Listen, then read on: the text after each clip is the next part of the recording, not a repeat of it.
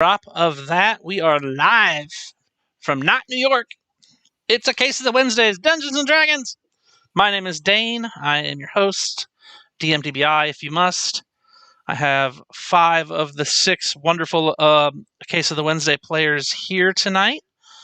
Katie, who is missing in action, will come in and tell us a little story about why she was gone after a little bit.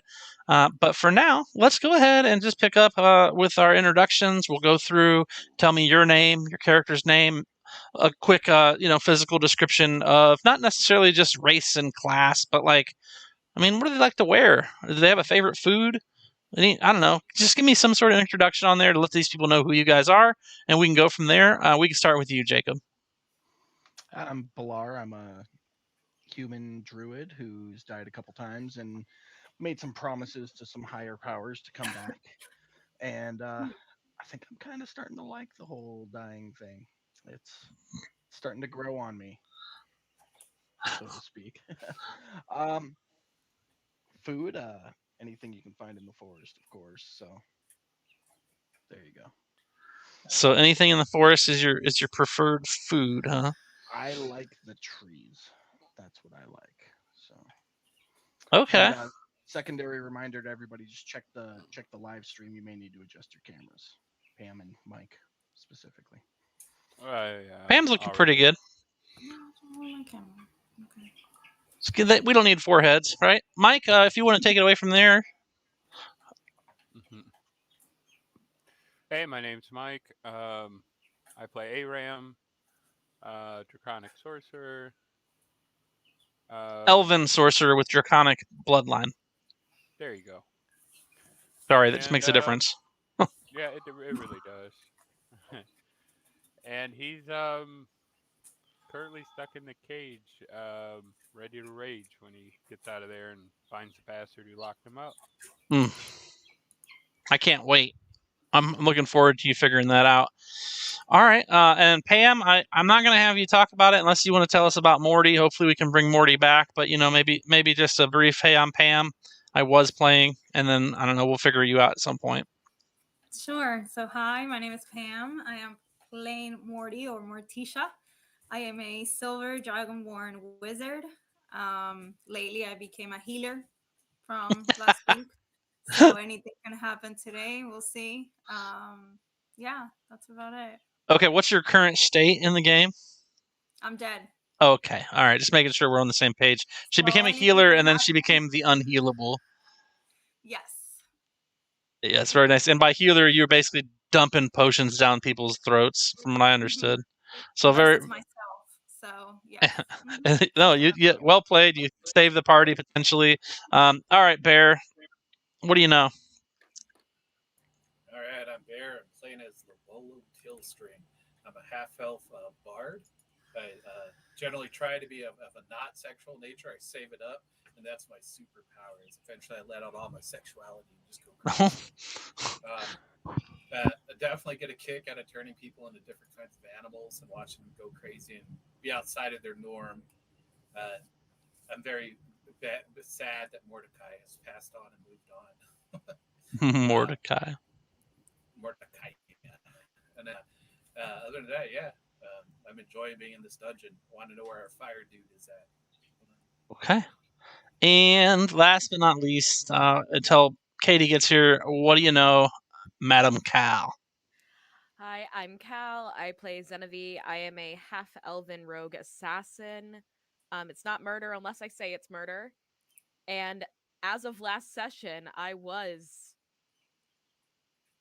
the giant Genevieve, the mighty ape giant, the mighty fister. Is that what we called it? Giant-ape of mighty fisting, or something along those lines for sure. Yep. Something along those lines. And Genevieve really enjoyed being a giant ape. If she still is one, she's still enjoying it.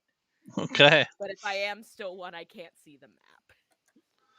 Well, here we go. Let's because you're not even on it as Genevieve currently, so I'll just go ahead and share this whole thing with you guys.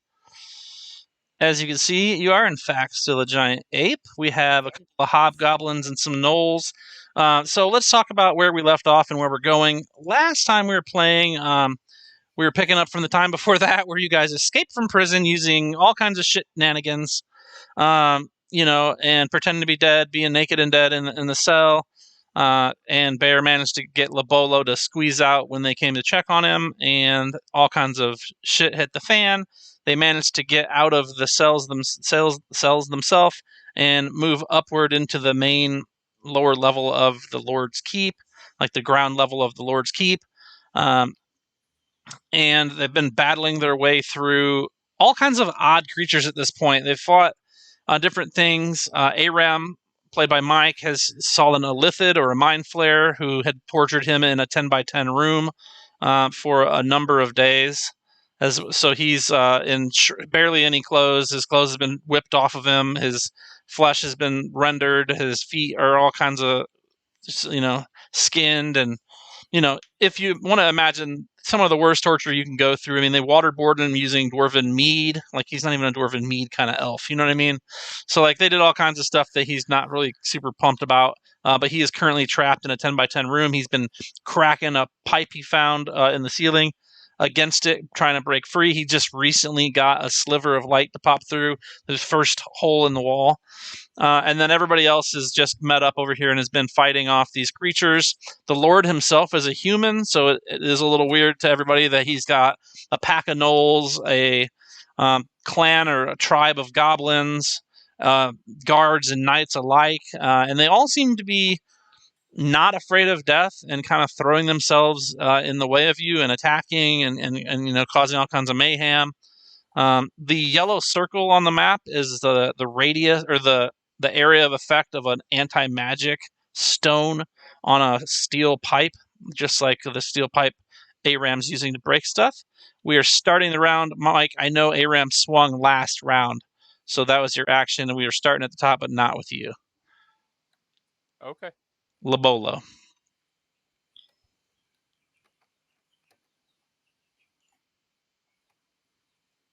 Oh, do we lose him? I can't see him. Son of a biscuit. Me? No, No. Kelly. Hang on, I got to bring him back. I can see him and hear him. I know. Whenever he dips out, he dips out and he's gone. Like, he's there now. You're there. You're back, Kelly. Bear. I didn't know you left, bud. Yeah, sorry, having natural issues out here. No worries. I just if All right. if it happens, I don't actually know unless I'm on the right screen, and I just got the one screen right now. So. Right. Well, I'm gonna do what I do to get back into the motion of things. I'm gonna shoot some arrows at hobgoblin over. Your bow's broken. No, it got fixed. No. Oh, that's right. That's right. Yeah, Jacob, you mended it, didn't you? Mm-hmm. That's how you got the DM inspiration you had to use to save somebody before. Yep. Hit some hobgoblin here. Well, that one's a miss. Let's drop another one. Oh, that one will do it. All right. And then I'm going to drop some piercing damage on him. Ooh. He's doing critical. I'm pretty much tapped out on spells, so wait, hold on. I'm going to get out of harm's way here. Look around the corner, and then look back and get out in the shadows. Salute. Then that'll be the end of my turn. Are we just gonna ignore the tiny little sneeze? Yes. Yeah, I said salute. You did? Okay. All I heard was I give her so much shit for her sneezes. I love it. It's hilarious. All right, there you giant-ape Zenavi, the mighty fister. Who you fisting today? We're about to find out. Okay. Fist Think round. I'm gonna. Who was it that killed Morticia again? The hobgoblin down the hall, the Shorg, the hobgoblin leader, he's 10, 20, 30, 35 feet away from you. I see. So let's clarify that. Hobgoblin leader started the process and then spoke out to the rest of the crew in Hobgoblin. Now, obviously, Aram didn't hear this, but out of character, he spoke in Goblin and told the rest of them to attack Morticia. Right, and only two people here actually speak Goblinese. Mm-hmm. And Goblin 21 at the end of last session completely jammed his spear into Morticia a couple times, Noel all the way 21. through. Yeah. To Yeah, make they sure went that ham on Morticia on wasn't the getting fallen party. Mm-hmm. Just made sure she was fully dead and not healable. Right. That much I remember at the tail end there, because I was like, "What the hell?" I give them a look, like, you're next. But I think I'm gonna help my good friend bitch slap behind me with whoever she's dealing with first. Okay. And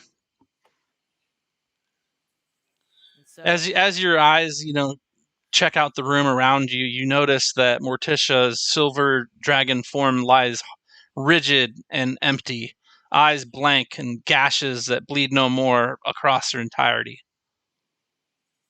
Just wanted to point that out. All right, so you're gonna hit the hobgoblin. yeah.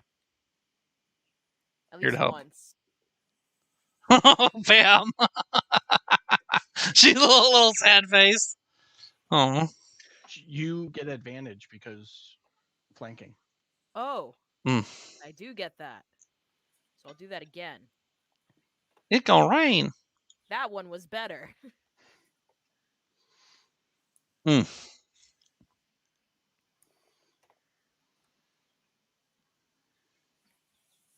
Okay. So that was the good old one. Now it's time for the 2. Okay. And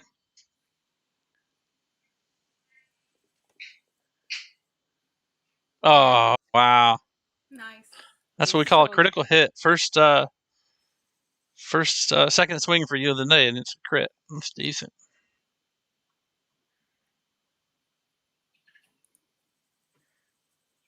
Yep.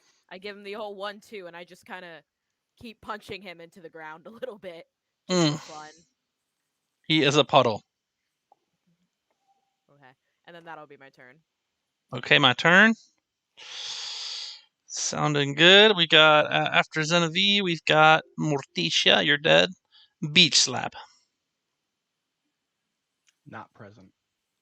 Beach slap is not present, so she will, of course, run into battle.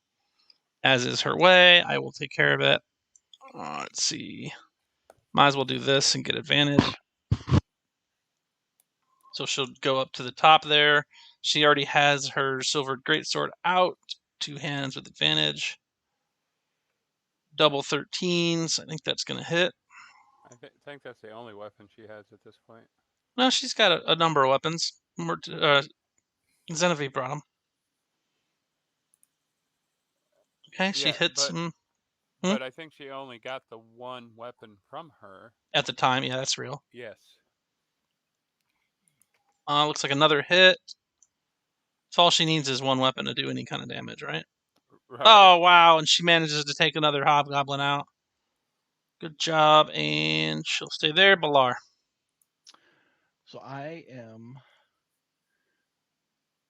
gonna run up right here, and I want to grab that anti-magic crystal thing. It's called or an whatever. anti-magic mace right now, since it's a half a soccer ball size black on black veined circle or sphere on a black steel pipe or black metal pipe. Gotcha. And I want to chuck it into the corner that I put the arrow on there. Okay, yeah, just athletics is cool. All right, let me get rid of that. Unless you're trying to hit something with it. No, I'm just trying to get it into that corner, is all.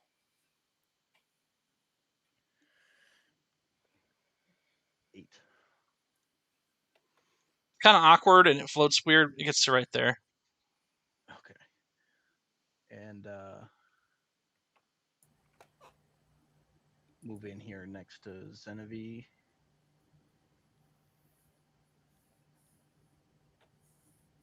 And that'll be my turn. Okay, well, this guy, he knows what to do. Get Morticia out of here. I think he will throw a javelin at the giant-ape. Looks like a hit. And he's going to throw one more. Critically hitting. So another quick 10. The fister's looking rough. he is going to do that, and then he's going to back up to here. And the Jeez. goblin is going to short bow. I don't think he can short bow. I think he broke that too. He's going to have to slide up to here. Use a scimitar on Madam Slap, who he does hit for 6 damage. Knoll 21 will spear the giant with a 12, which hits, and it's going to be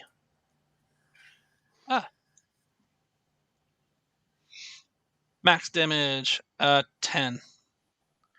There we go. Katie's here. Let me click on that. We will take a quick. Wait, there we go. Let's go ahead with a quick hi, Katie. Hello. Thank you for coming today. It's our pleasure to have you. The pleasure is mine. Since you missed the introductions, though, I want to go ahead and break down exactly who you're playing and maybe something that's your favorite about your character or the time you spent with her.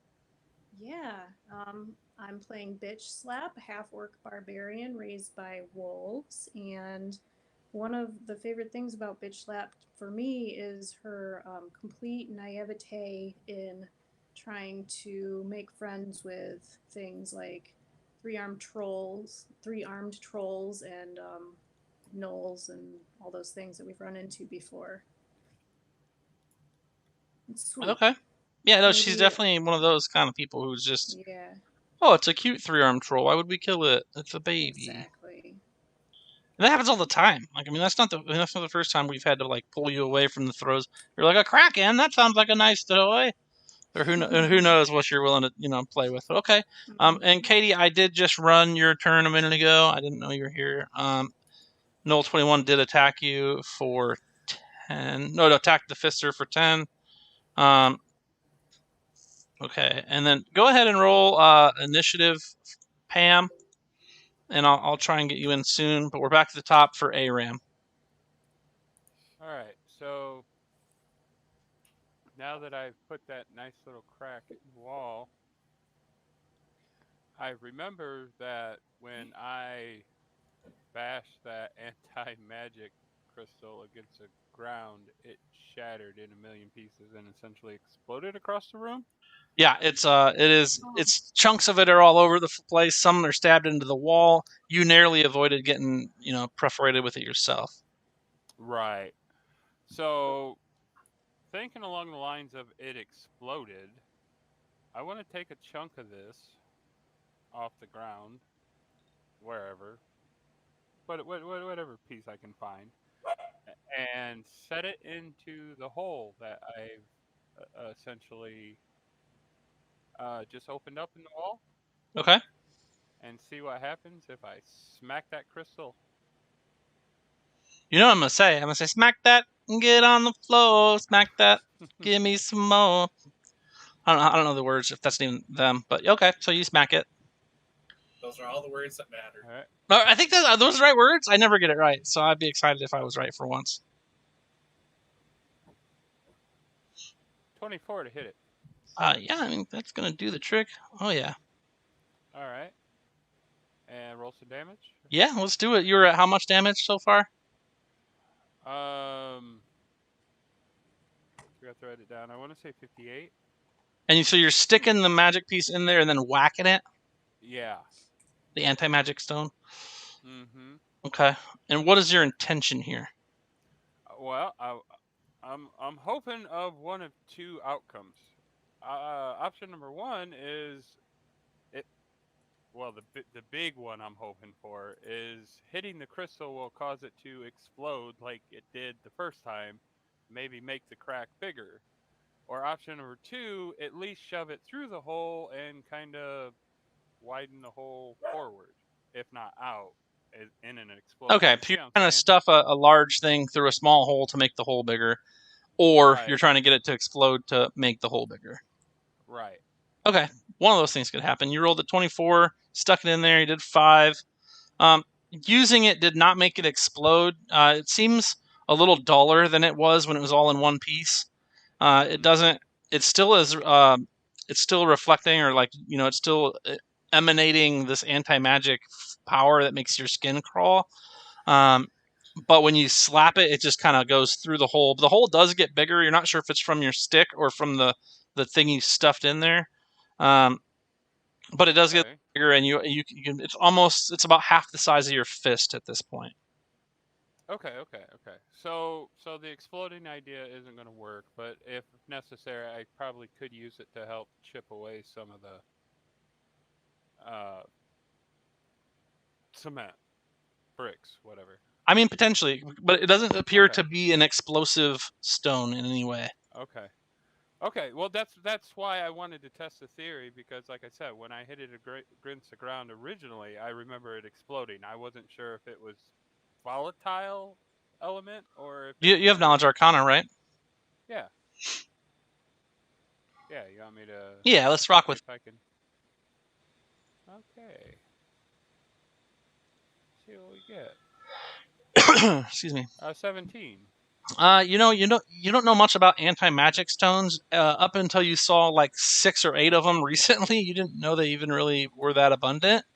From the best you could put together on it is that something to do with the chemical processes of the kind of stone or whatever's held it together when you whacked it as hard as you did.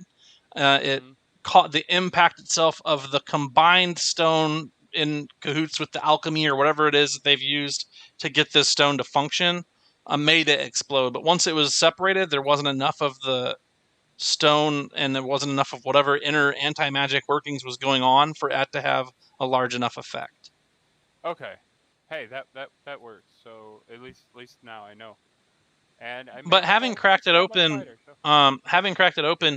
you're one of the few people that you know of that has ever been this close to the inside of an anti-magic anything. Gotcha. Can I see anything through that hole? It's pretty dark out there. You see a hallway. It's empty. There's nothing really out there in itself. Okay, and I don't hear any like grunts, breathing. No. Like I'm not being guarded at this point. Does not. Nothing that you see currently. No. Okay, that's all I wanted to know. Actually, roll perception. Let's just give you a chance to see because it might be a thing. You don't hear breathing. Well, I mean, if there's a couple guards standing right there by the door, I mean, obviously, it knolls. 13. Okay, yeah. When you're poking your head out and you're like listening and looking and trying to find a guard, and you see like the scales on like what appears to be a large, creepy crawly like insect, almost like a giant centipede of sorts with mandibles and a big old maw. And I'll share that over. You've seen something like it before. Yeah, I was gonna say we fought these in the hallway. There, and it's like it's not being really super loud, but you hear its little centipede legs clicking and clacking after you let time slow down after you bang the wall open some more. Okay. All right, then in that case, yeah, nothing else I can do but hang out. So. Okay, Labolo. I feel like we're gonna get you free tonight, Mike. I'm thinking maybe. 9 hours later. Hold on. No, not you.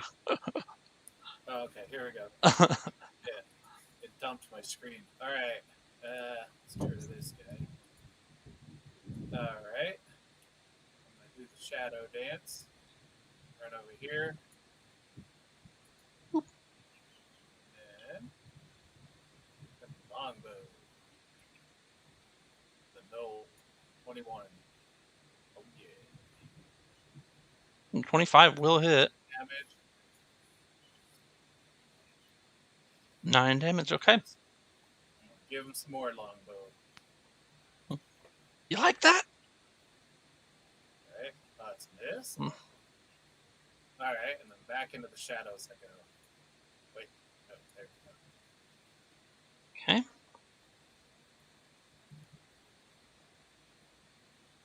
Oh, that's the end of my turn. All right, you fister. All right. That's one battered and bloody ape. I'm doing fantastic. No me conoces. I'm going to continue fighting whatever bitch slap is fighting, so I'm punching that knoll that's right next to me.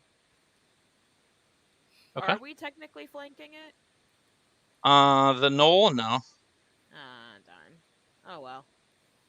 Because flanking, you'd have to be able to draw a line Yeah. between you and your cohort Yeah, through it. opposite sides. But It's you hit okay, it. The likelihood did of living is low. Is Yeah. punch bitch him hype very hard. is bitch hype raging? Isn't there a She's advantage not raging. for that? Oh, okay. Then what I'm gonna do is I'm gonna step a step closer to bitch slap, so I'm in range of that other goblin, and he's gonna get my other little fist. As I see her wind up, I just want to awaken mind her. Don't hit me again, please. I like the way she says little. Just Oh. my whittle fist. Gonna punch the goblin. I didn't even see you, Jacob. I literally put her on top of you. Yeah, it happens. Normal. Okay. All And right. then I think that was only 5 feet, so I have like 40 more feet to move. 35 more. 35 more? Okay. I can't count. Okay. It's just D&D. I'm going towards the hobgoblin leader as far as I can get towards him. Okay.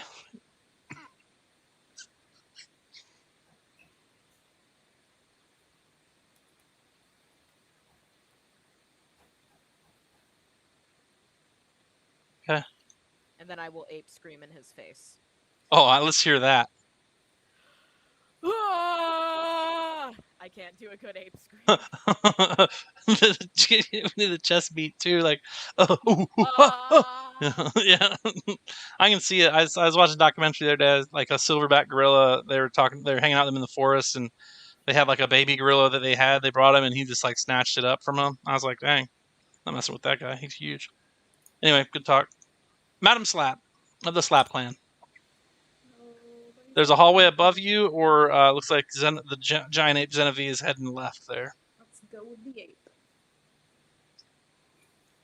5, 10, 15, 20, 25, 30. That seems good. There's so big. on the way you can scoop up one of the javelins out of Morticia's body. Okay, that's morbid enough.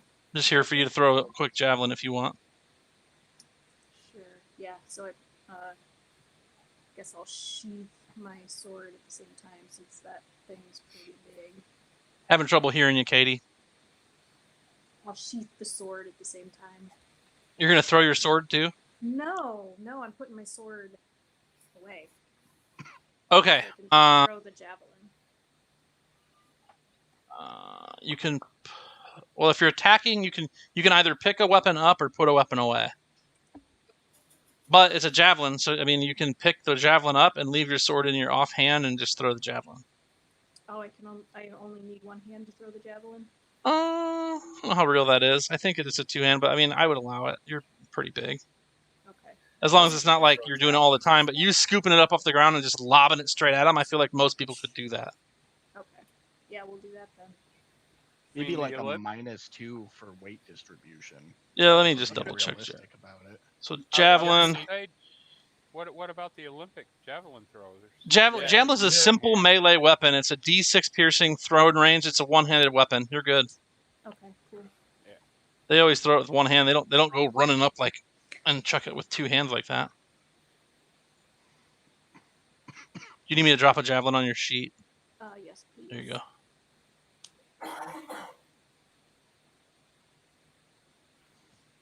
It is there. Beautiful. I love how I mute to cough, and then Pam's microphone in the other room picks it up anyways.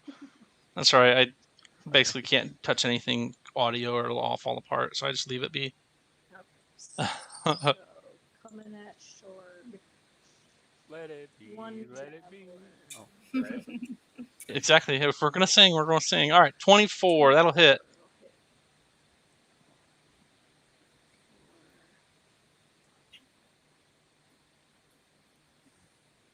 Five points of damage. All right, that's it.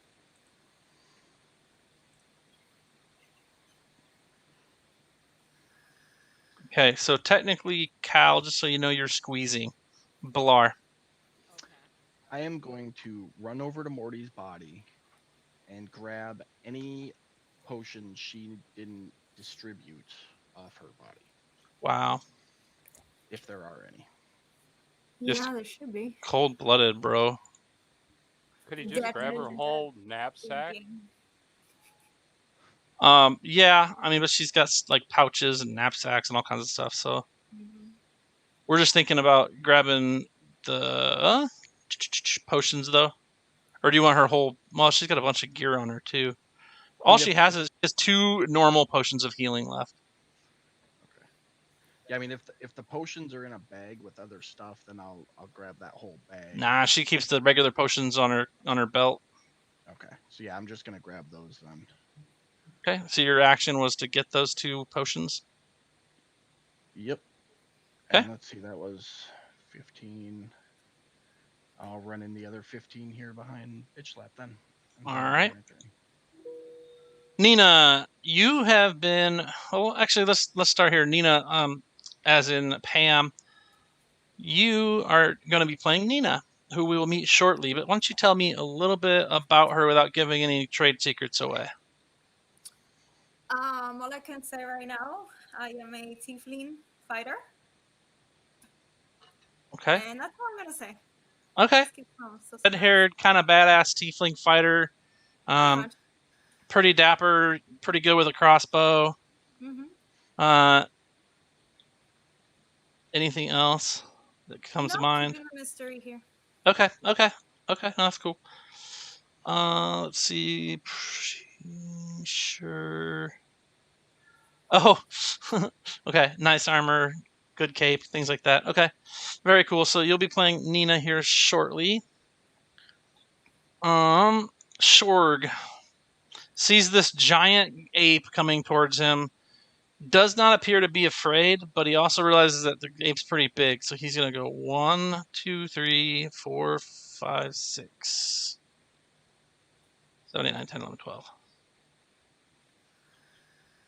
Double moves to there. And carrion crawler is gonna make some moving happen here. Let's go ahead and open up this chamber. And you guys are gonna go this way, I suppose. Alright.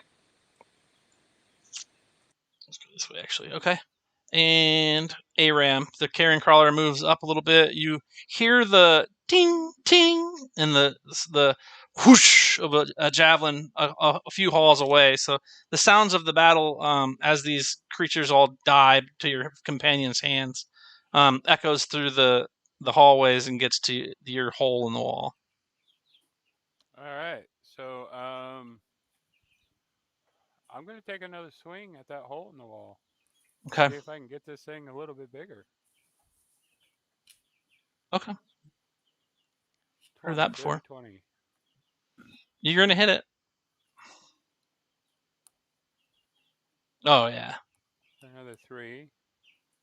Let's see. Now the swing that I made earlier in regards to hitting that crystal, did that damage count towards the wall damage? Yeah. Okay, so I just wanted to make sure I get this count right. So 63, 64, 65, 66. Okay, so we're up to 66 damage on that wall. Okay. Labolo. Oh, wait, and I want to scream, "Get me out of here!" Ooh, everybody perception checks. Which is fine. I mean, obviously, passive perception for somebody is probably stupid. I'm pretty sure Genevieve's is off the Ooh. charts. Yeah, but Nat I'm an ape. 20. But I'm an ape right now. Oh, that's true. You're aping around. What? But- I don't have perception as an ape. Should I just roll as Genevieve? It's a wisdom check. Oh, okay. Flat whiz. But no, I mean, a 20 into a 24 is pretty good, and a 22 is pretty good. So, Balar, you at least think you hear Abram yelling in the distance. Labolo, you think so as well. It's hard to place the exact direction as his voice kind of bangs against all the walls, but it does appear to be coming from the west somewhere. Does it sound like it's coming out of a little tiny hole? If it wasn't, it is now. All right. mosey on this way, and then that way. Once I get to my destination, I'm gonna give Bitch Slap my second to last potion. Didn't she say those were pretty expensive last time? They are, but I don't know what's coming, and I'd rather have her in You have good okay. health. You have some potions still. It looks like.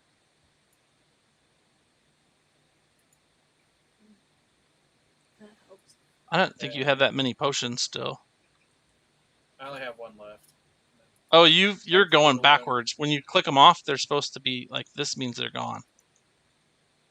Oh, Because watch your sheet. The ones that are gone won't show up anymore. oh, okay. So I have one left.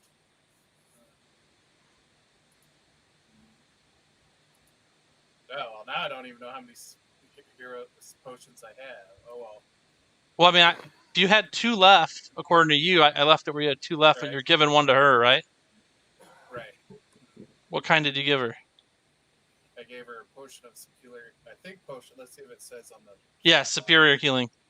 So that you have 1 or 2 left after that. I only have 1 potion of greater healing left. Okay. So. There you go. All right. I fixed it. That's the end of my turn. Okay. All right, you're squeezing, which means it takes an extra square per movement. So essentially, you move at half speed to get through there as an ape. Okay. Then I'm moving as far as I can. All right, here's a double move to right there. Awesome. That's where I'm going. Okay, Morticia is rigor mortis is setting in. Bitch slap. Let's follow that ape. 5, 10, 15, 20, 25, 30, 35. You have 40, right? Yeah. Yes. Cool. And then I guess that's it. Unless you want to double move up and around the corner. No, I'm good. Super quiet, but I think he said no. I'm good. Correct. She did. Okay, I thought I picked that up. Balar. Which one has the fan on their microphone? My computer's fan is going. Oh, okay.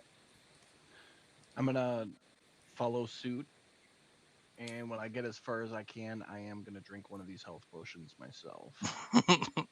But Balar, it's not like you're gonna die. You never know. That's true. Morticia will be missed. That's it for me. Okay, Nina. So you've been traveling for some time, and you've set your sights on finding a particular individual. And the best you could get when you're in Summerside is that she had been known to have frequented this port city known as Blacktome Keep. You came here about a week ago, and you've been in the town, asking around, checking out the different places. It's not a bad town. The people are kind of zoned out. Nobody has been super friendly to you. But because of your stature and how you come off and everything, nobody's really messed with you either. You've spent the last 48 hours digging a tunnel to get into the keep, thinking that the Duke knows where your quarry is. It's now into the 72-hour zone, and you've finally broken dirt into this place and come out right there. You open up into a large, 50 by 50 foot square room with pillars. There's a lit fireplace. There's bodies of there's blood everywhere. You see a couple bodies piled up down the hall to your right. You have tiefling vision, so yeah, you definitely can see in here. And there's a small fire anyhow. But that's where you show up. Go ahead and roll me a perception check, Nina. Or Nina. Sure.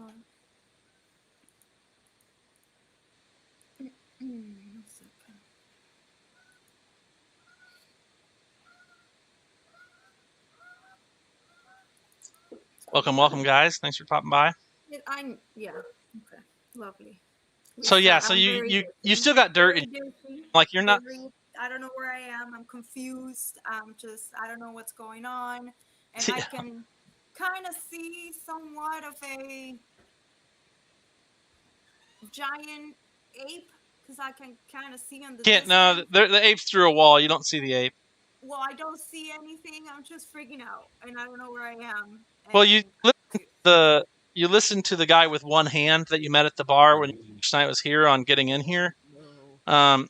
And he talked you into saying, like, the only thing you can do that I can think of is figure out a way to get in there. And I'm pretty sure the Duke would know where your friend is. And you believed him wholeheartedly, and he pointed you in a certain direction, and you spent the better part of going on 3 days digging a tunnel from just outside the keep out of a hovel nearby.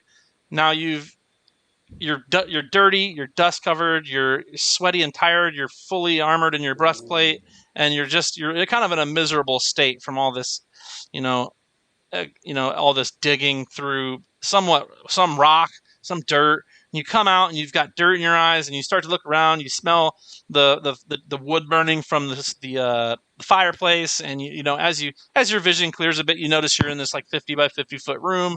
You see that and you hear in the distance. You're not sure which direction it is. Everything's kind of spinning, but you think you hear the sounds of battle nearby. Okay, well, since you guys decided to go that way, I am gonna open the map up a little bit, and the carrion crawler is gonna roll up here on the ape. Okay, and I've got 10-foot range, so I don't have to get right in your face. It's going to swing a tentacle at you. Can't grab you with it, but it's going to try, and it does get a 20. So that's going to be not a lot, but some. 7 points of damage to the fister, and I need a Constitution saving throw from the ape. Okay. I guess. Which way did he go, George? Which way did he go? Oh, thanks for the 4,000 total to the gift, the group, and artifact challenge, Mike. Yeah, you're running out of time, huh? It says 18 days. I'm curious. We can get the rest of the viewers to start pitching in some of those excess nerd points laying around. Maybe we can get to it and find out what it is. Mm-hmm. Okay, so let's see. Constitution saving throw of 7 means you are now poisoned. Oh no. And paralyzed. Oh no, even worse. Giant ape freezes, goes rigor mortis style in the middle of the hall there, blocking the intersection a little bit. Aram. Aram's going to keep working on that hole. Yeah, he is. Pound away. 13. I can't remember if that's 13 hits. Damage. Another 5. Keeping adding up, huh? 68. Yeah. Is that hole getting wider? It is. It's starting to chip away slowly. It's a rough rock, to be honest. Yeah. Well, it was about fist size earlier. Are we still fist size? A little bit bigger. It's just a bit bigger. It's very slow to really come apart. So I could probably reach my arm through. Yeah, up to the top of your forearm. Yeah. Okay. Hey, at this point, that's the only thing I got to concentrate on. So guess what?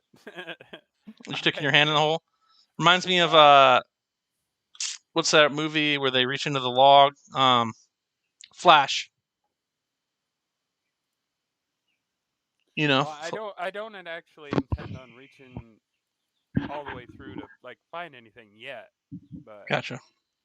But like Flash Gordon back in the day when they reach into that log to find the thing. Gotcha. But it's just a wall. It's not a log. So okay, Lobolo, teal string. Or Indiana Jones, hole in the wall where there's lever and snakes. What? Mm-hmm. Now you're talking my language. Guys, go with Dune, the ultimate hole in a hand in the hole box thing. And I thought he was going to stick something else in the hole with attitude, but that's just me because I'm messed up in the head. All right, I'm going to head over this way, 40 feet. He's an elf. It's not like he's hung like a horse. I'm not a bard. No. I'm going to head over this way using my action as a to move further, and then I'm going to look for that mace. Did you say our non-sexual bard saunters over and says he's going to eat that? No, he's going to grab that mace with both hands and claim it as his own. It's mine. God. Then that'll be the end of my turn. What are you claiming? Oh, you're picking up the anti-magic thing? Yes. Okay. And then that's the end of my turn, as I feel my magic ooze out of my body. You Now do. I'm lucky. And we just have to remember if you use your magic short sword that it will not work. And then also, too, you have at least the studded armor you're wearing, and the studded armor you're wearing at least. Is that going to affect the concentration on polymorph? Yeah, I already took that into consideration. The monkey's paralyzed and poisoned, and on super low health, or ape, excuse me. And so I'm going to lose concentration on that, but she's going to, the change should remove the paralyzation and the poison. And she should just revert back to Xenavie previous to the change.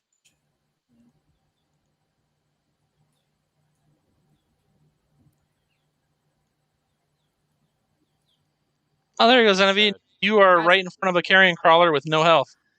As soon as she changes back, she goes, "No!" It's for your own good. No. Okay, well, it's on you anyway, Xenavie. So besides, no, what all you got going on?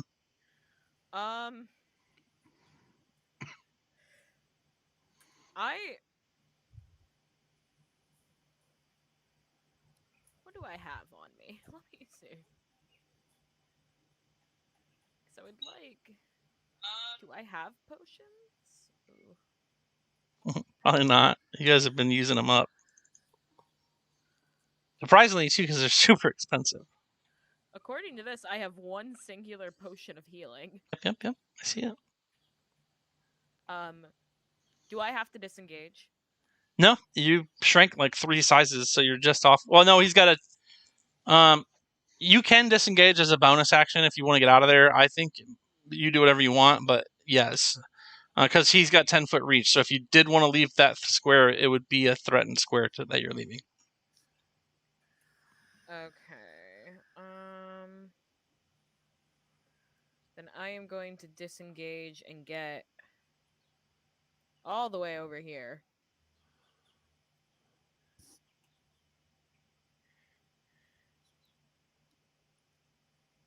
Hey, Daner.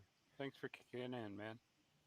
And then I know we homebrewed that potion of healing as a bonus action. Can I just use my action to take it to drink the potion? Yeah. I mean, you bet bonus action disengage, action to drink it. That's totally fine. And I will do that. I'll take it.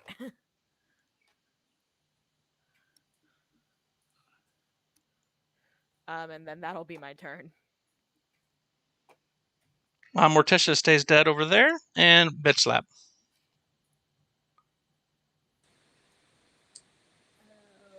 Okay. Well, let's charge into battle then with Creepy Crawly.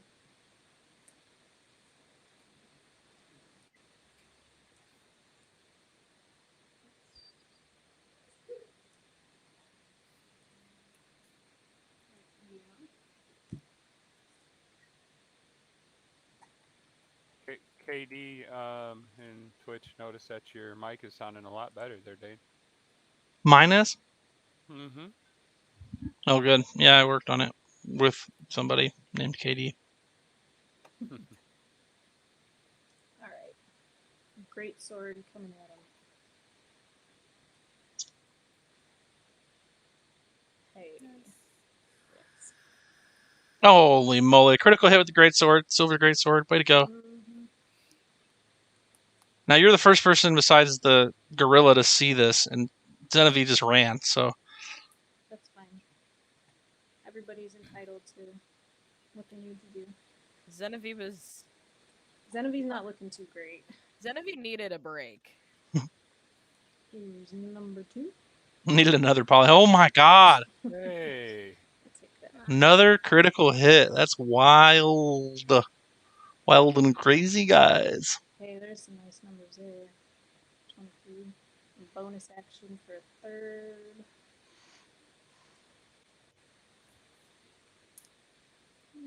Still hits. 2 for 3.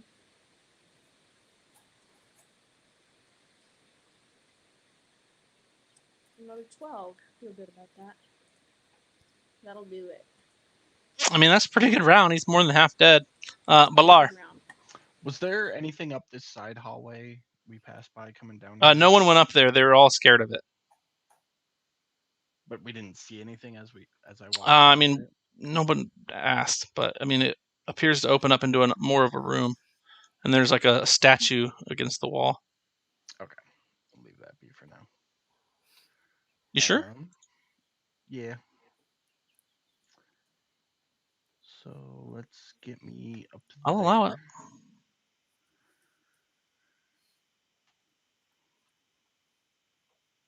So I'm gonna move up here behind Bitch Slap. Okay. And then Can't wait to pick Bitch Slap up and eat her. it's 15 feet.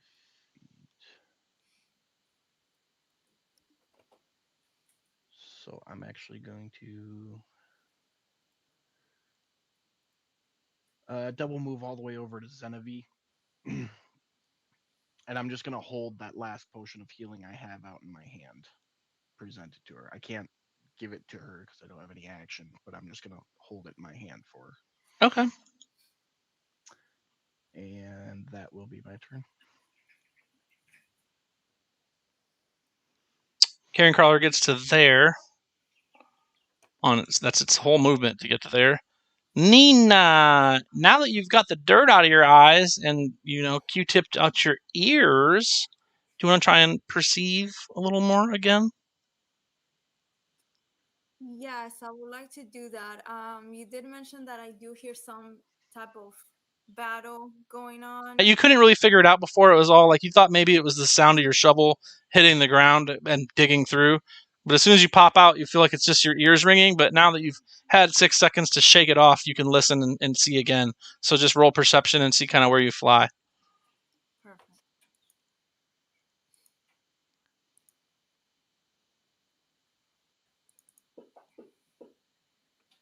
Okay.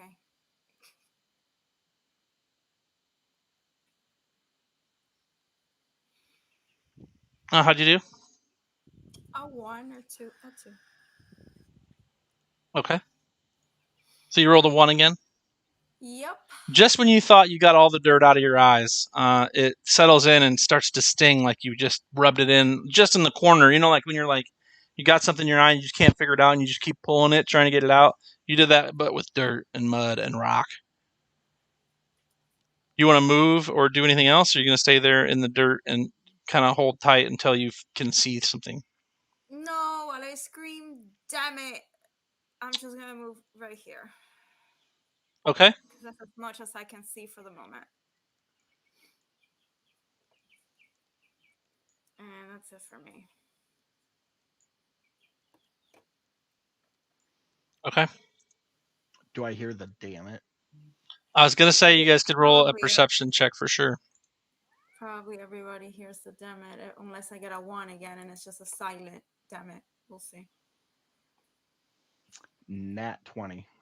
Balar, you look down below you and you see a lithe and kind of taller female tiefling wearing a very dirty but nice breastplate with a cloak that seems to move of its own accord behind her, just kind of billowing in the wind behind her epically. She has a crossbow across her, like out and ready.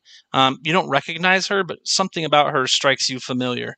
You hear her say, "Damn it," as she rubs her forearm across her brow, trying to get the dirt out of her eyes. Okay.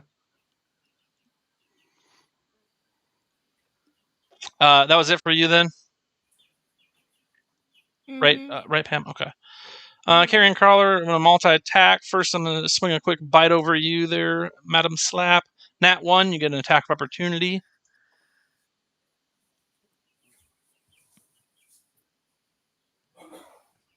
If you'd like it. 25 will hit.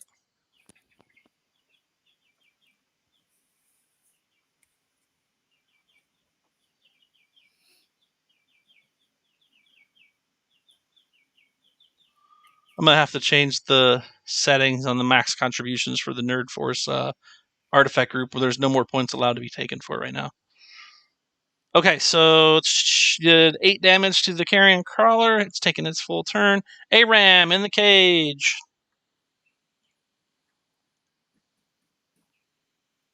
All right, let's keep working on that hole.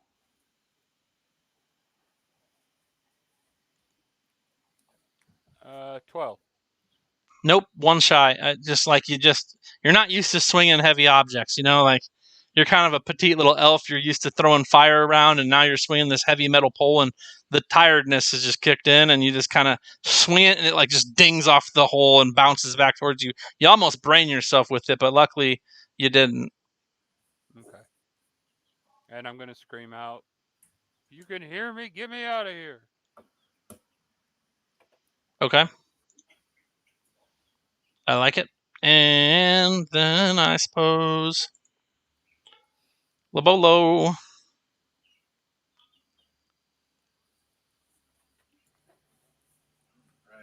Looking at this mace, I go ahead and put my bow over my shoulder, and I'm like, man, do I think it's a nice mace? Is it an ugly mace? What kind of mace? What's So it's a black steel, or I'm sorry, black metal pipe that isn't iron and isn't steel, and it's center struck into a half the size of a American or a soccer ball, a football, a soccer ball. So, and it's black with black moving like veins essentially all over it. veiny, huh? It's like a black veiny, right. black on black on black. British broadcasting system. All right. So I'm gonna take the. I'm gonna look at it. I'm like, who would throw this away? It looks amazing. And I recall people saying shoot that guy. I don't recall why they said why to shoot him, but now I have this mace, and I'm gonna go ahead and run over this way. Use my thing to move 80. That is 80, right? Yeah, 80 feet that way. Okay. Excitedly. And what's the range on that? 10 feet? The mace. Or do I have to wait to find out? The mace is a mace is a mace. It's still just a mace. It's just swing it. It's a 5-foot reach. All right. So okay, never mind. I can't ask that question yet because I don't know. So, all right, good to go. All right, Zenavi. Probably take that effect Okay. polymorph off of Labolo. Balar is handing me a potion, correct? Yes, he's got one extended out right in front of you. I'm gonna take it and chug it. Okay. What kind of potion was it? I hope it was a good one. Oh, we lost Jacob. Let me get him back if he's probably sitting there. Guys, I don't. And he said something. So if you guys leave, just tell everybody else, hey, I left. Let Dane know because sometimes I won't be in here. Yeah. He's there. He heard her. Yeah. He What did he do? Because it didn't come through on the stream. He's going to drop it on her. Okay, cool. There you go. You got 6 points back, Zenobi. Yay. Nice. Anything else, Zenavi, or are you standing right there in the path? I didn't hear the yelling, correct? What'd you roll? Not well. 13, I think it was. 13's enough. She's a room away at this point. Oh. Yo, you mean Mike, or you mean because Nina has yelled, "Son of a bitch!" and you probably would. Yeah, I would say you likely would have heard Abraham, get me the hell out of here! I think I'm gonna go towards Nina then, because that's closer. Okay. And that's... Yeah, who cares? Nobody wants to let Aram out. He'll just start bitching about stuff. Nobody even made my grits. I wanted butter, sugar, and pepper. Settle down, bro. Chill your grits. I need the cinnamon. I need the cinnamon. And when Zenevie walks in, she's just gonna go, hello? And then that's gonna be my turn. Okay, well, you're definitely going to see this near 6 foot tall, kind of nondescript, dirty, red-haired tiefling leveling a crossbow through, crusted eyes, looking right at you. Bitch slap. Just the way I like it. All right. Let's get back at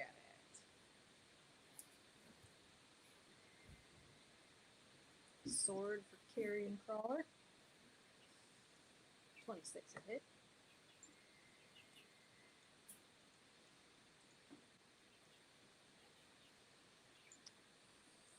All right. I like it. And number 2. Oh. Hits.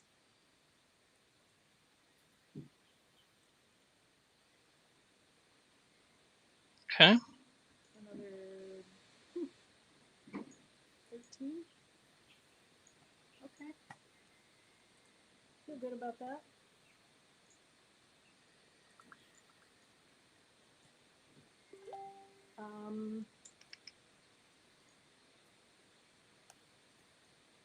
Did I hear Aram when he yelled last time? Or was I too busy I mean, with this guy? I don't know. You guys are pretty close at this point. I would say, what was your roll? You know what I didn't roll? Let me just do that.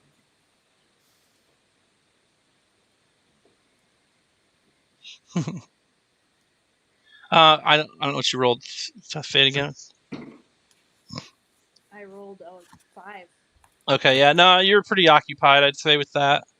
And you at least need a 10 just to have heard her, because it was all the chaos and stuff. It could have been Aram screaming. He's got a semi-feminine voice anyway. Okay, then I'll head back down this way a bit. Okay. To Balar. Boop. To Balar, and you managed to kill the carrion crawler, so that was nice of you to ease that out of here. I'm a nice guy. And that's it. I'm a nice guy. Click. And Balar.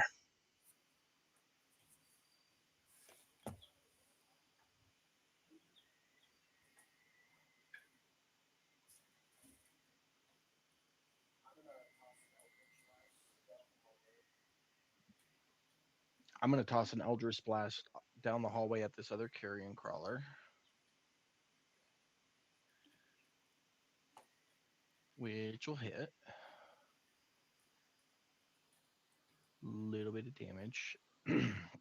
And then I'm going to step into the room and just around the corner and reach out with my awakened mind to this individual that I noticed and say, I don't know who you are or if you're here to hurt or help, but we're in trouble and we could use a hand. And that'll be the end of my turn. Okay, you can respond to that, Pam. Okay. Right now? Yeah, he just said it to you right now, so I'd say now's a good time.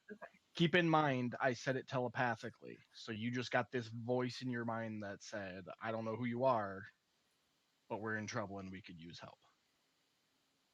Right now, I'm in dark vision, or am I able to also see Zenevie, since technically she's closer to me?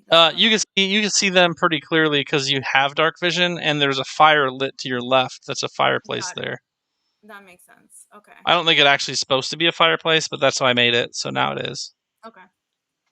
So I just stare at them, kind of confused, and like, who are you? Who are you? You came towards me. Can I respond right now? Yeah, go ahead. You guys go ahead. Keep on chatting. Do whatever you want. That's fine. Talk. I love it. I'm just like,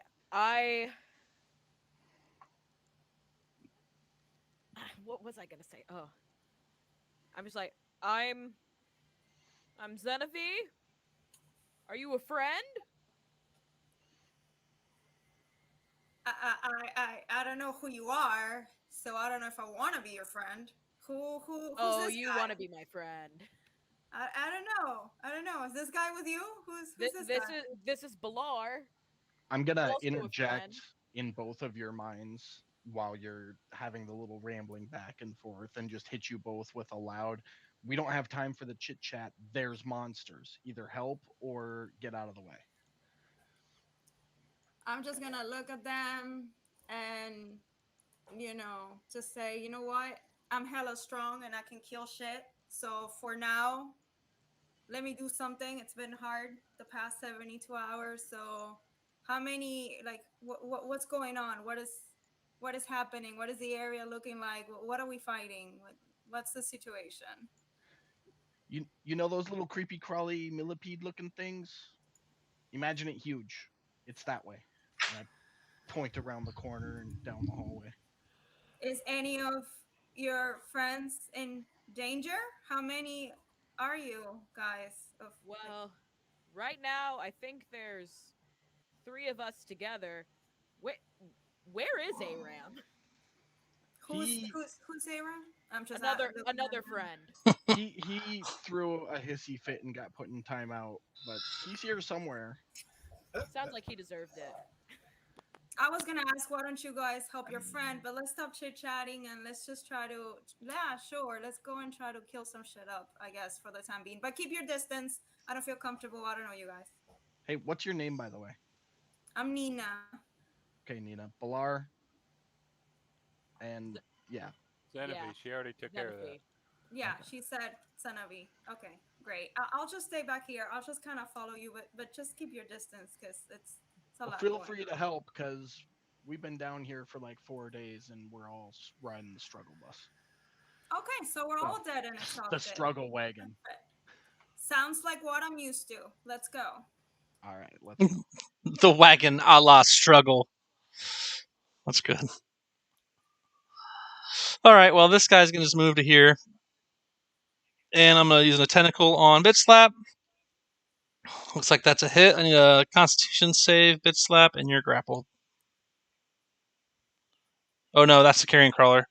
It's not grappled. It's poisoned if you mess it up.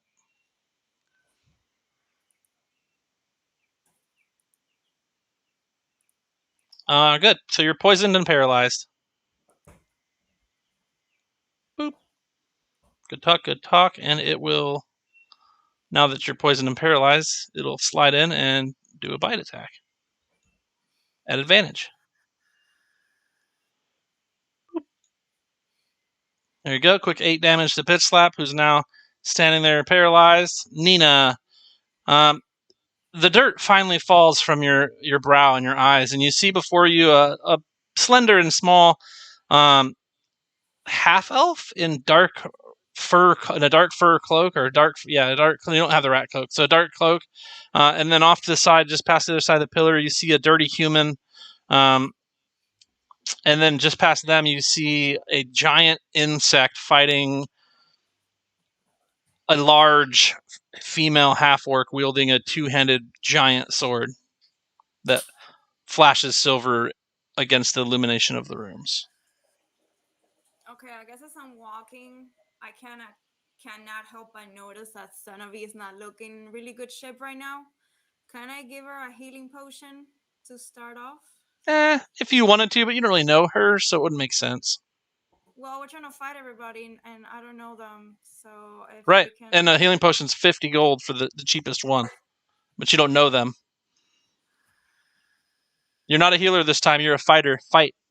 I'm just DM Okay. sticking my face in there, just because you just met these people. You came out of a hole in the ground.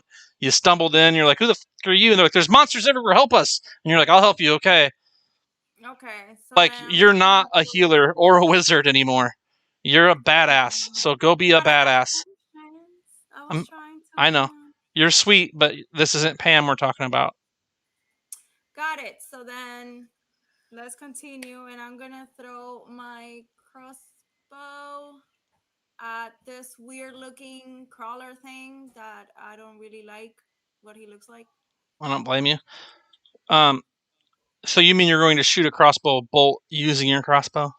Yes, that is correct. Okay, because if you throw your crossbow at him, you're going to have a hard time using it later. No, I know. Do you want to move at all, or are you shooting from right there? No, I'm gonna move a little bit if I can. Okay, if you come to there, there's no you don't have disadvantage anyway because you have crossbow expert. But Okay, yeah, I'll do that. And hold on. Okay. I give up today. you have a DM reroll. Want to use it? Yes. That's your third one. It's time. You need to change the color of your dice or something because it's time for you to show up. You came to play tonight, right? Clearly. Okay. So wait. You just roll again. Yeah, let me. I was trying to see if I can do a dagger, but okay, you know. Hey, She has the lucky feat. She You- can learn one of those as well. yeah, you're moving up. That's a 2. Do you want to use a lucky point to roll Yeah, again? I'm gonna use the lucky. Do some lucky then. Give her a break. She's got dirt in her eyes. Yeah, exactly. I can't see. There you go. There Okay. you go.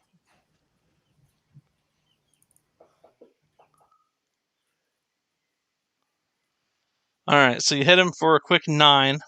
That's better than a 1, or a 2. Managed to do a little damage to him. Suppose that's it. Yeah, that's it for the time being. You did the Lord's work. Aram, you hear the battle closer to you. You hear a creature shriek that sounds kind of warbly, like all at once. An 8. I'm just getting wore out from beating on this wall. Yeah, you've been beating that wall for a grip. Right. That's it. Okay. I took my swing. That's all I can do. I'm good. That's all right. One of the viewers used to throw walls of wood up all the time. We'd have to basically destroy the wall of wood to do damage to the creatures because he'd just protect everybody with those. Labolo. All right. I'm gonna try to use my vicious mockery on this carrion crawler. Like, Nope. Has to understand a language. oh, does it? Oh, darn it. All right. I guess not. Okay, well, I'm not real happy with maces, or they feel uncomfortable to me, so I'm gonna put my mace in my backpack and then pull my bow. That'll be my action, movement, all of that. I'm just gonna stand there and stare at the carrion crawler. If you drop the mace, you could pull your bow and shoot it. Nah. Okay. I know what I'm doing, like go in my ears. Zena V. If you hit the carrion crawler at this point, you would get sneak damage. But you would not have advantage, I don't believe, because Bitch Slap is not raging.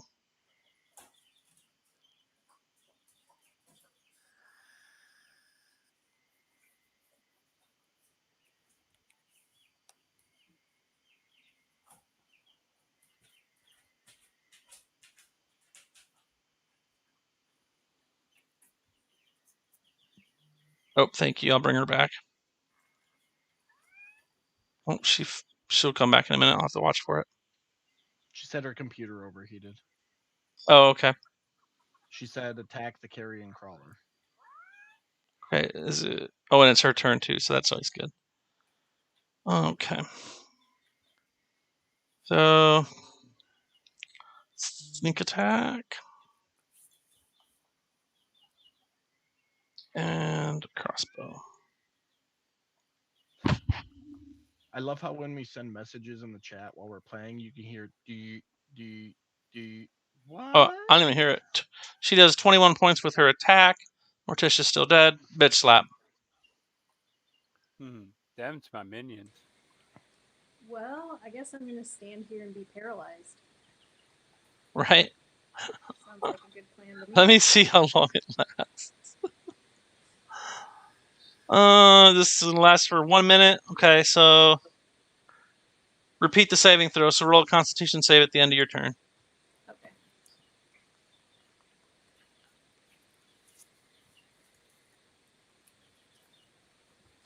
You are not paralyzed any longer. Next round, you'll be able to do things. All right. Still poisoned. Yeah, well, you know, shit happens. Balar. Eldritch Blast. All right.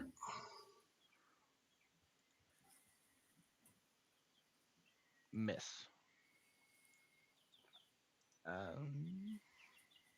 That'll be it.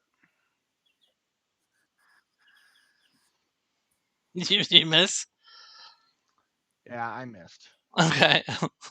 The carrion crawler has the normal idea, and it's going to go ahead with first the tentacle attack here.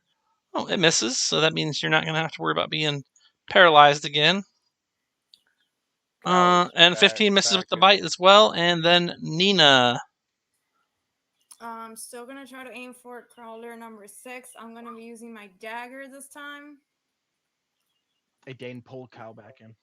Thank you. Tonight it's just not gonna work, is it? But can I use lucky again?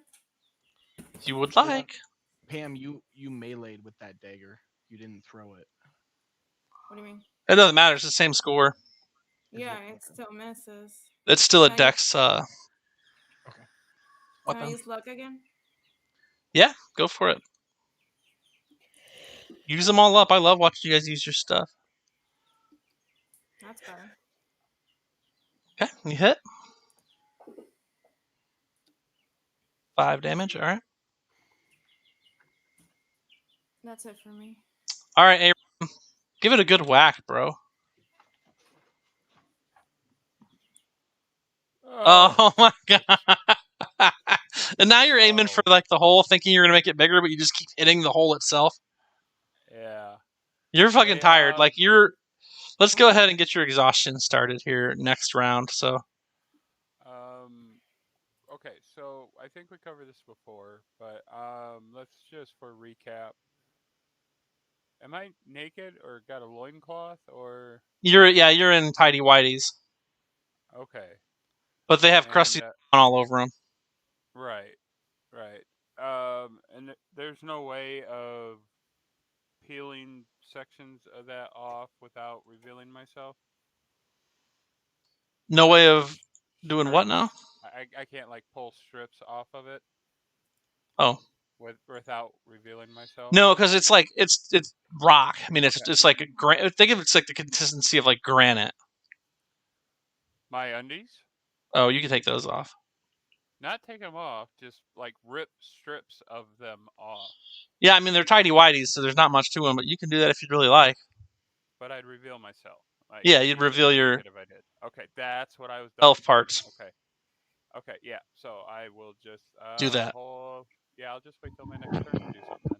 You don't want to yank them off? Okay, that's fine. No, Labolo? No. All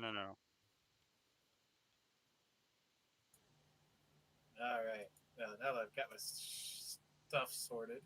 Wait a minute. I'm sorry to interrupt. Didn't you say I found a bag in there? I don't think so. I thought you said I found like a sack of some sorts in the corner. Oh, a torn up old sack, yeah.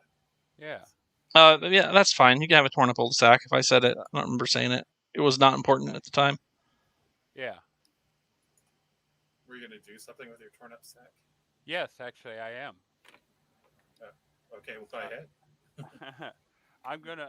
I want to take that old sack that was of no importance when you let me have it, that I found in the corner, and I want to try and turn it into like almost like a bandage to wrap around my feet. So you're gonna make some socks. Socks or like ace bandage, something to. Okay. Well, your action was to bang the wall. Your bonus action and movement and stuff, you get it and pick it up and start thinking about it. You can use your action to wrap your feet next round if you want. Right, yeah. Labolo? Alrighty. I'm going to shoot some arrows. Well, you're holding that mace. Oh, I spent the whole last turn. Didn't do anything but put my mace away and grab my bow. Oh, that's right. That's what you did. Because you didn't want to drop it. Right. I don't want to drop it. It's freaking beautiful, man. It's definitely interesting.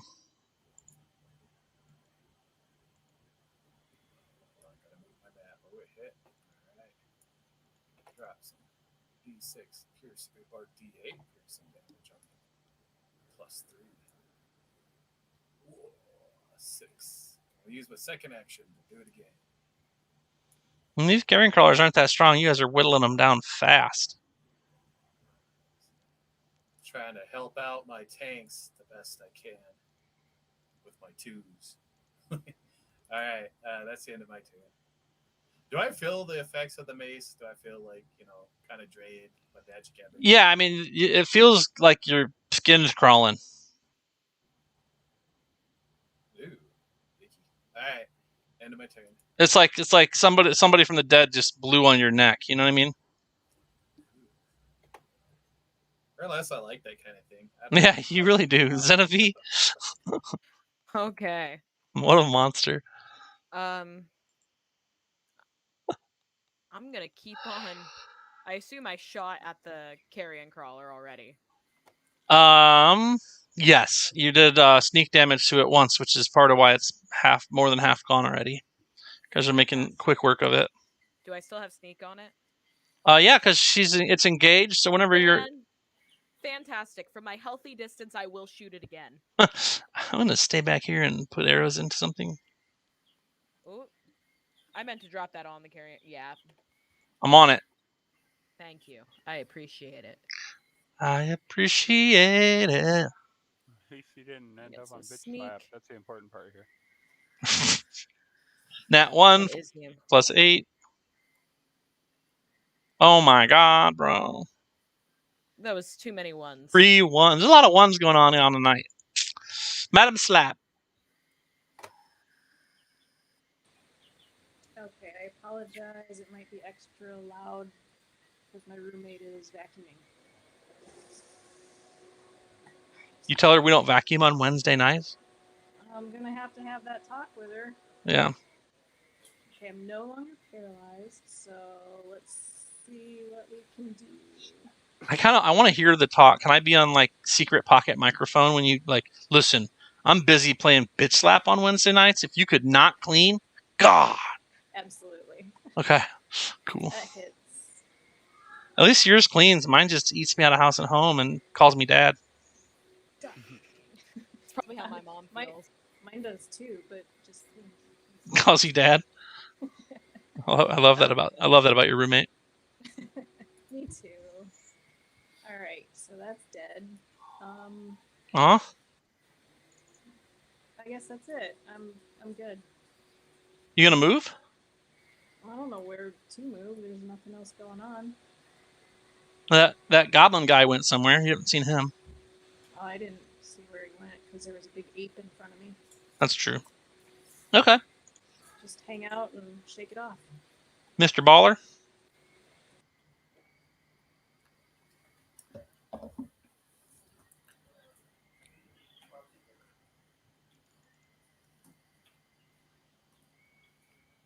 Jacob, are you talking?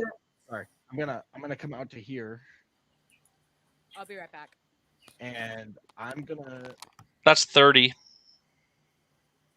Yeah, I know. Okay. Once I'm out here, I'm gonna shout "Aram" because I had heard him somewhere earlier. I want you to do it, and I want you to say Aram. Aram. You did it. That's awesome. All right, perception that there, Mike. What do you got?